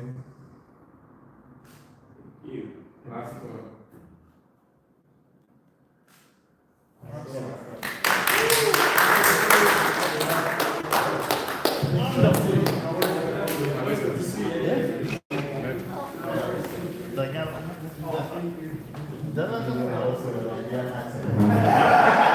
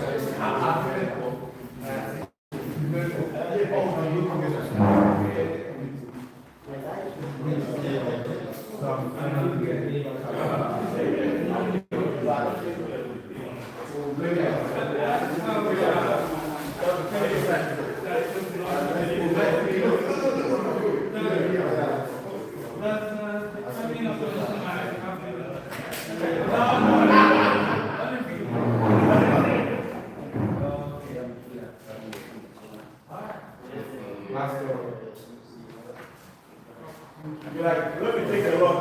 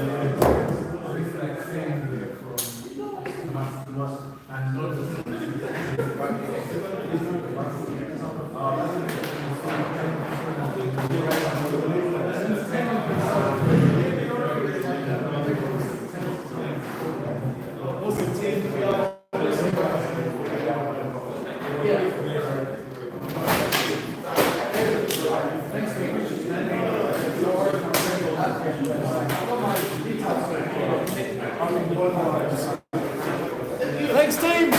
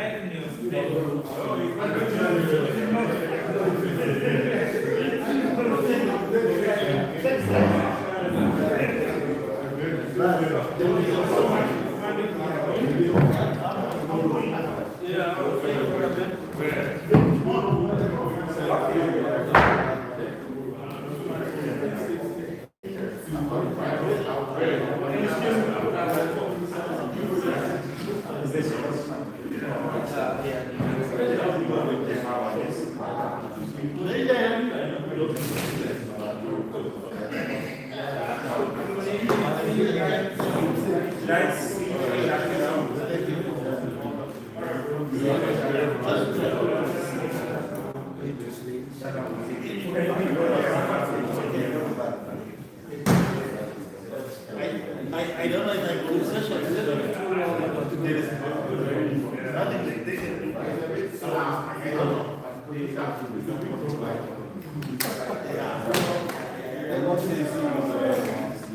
Yeah, they did the and change password.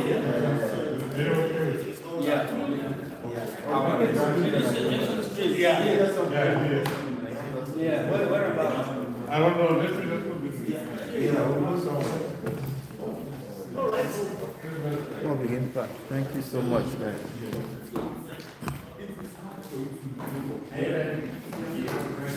Don't try our best now.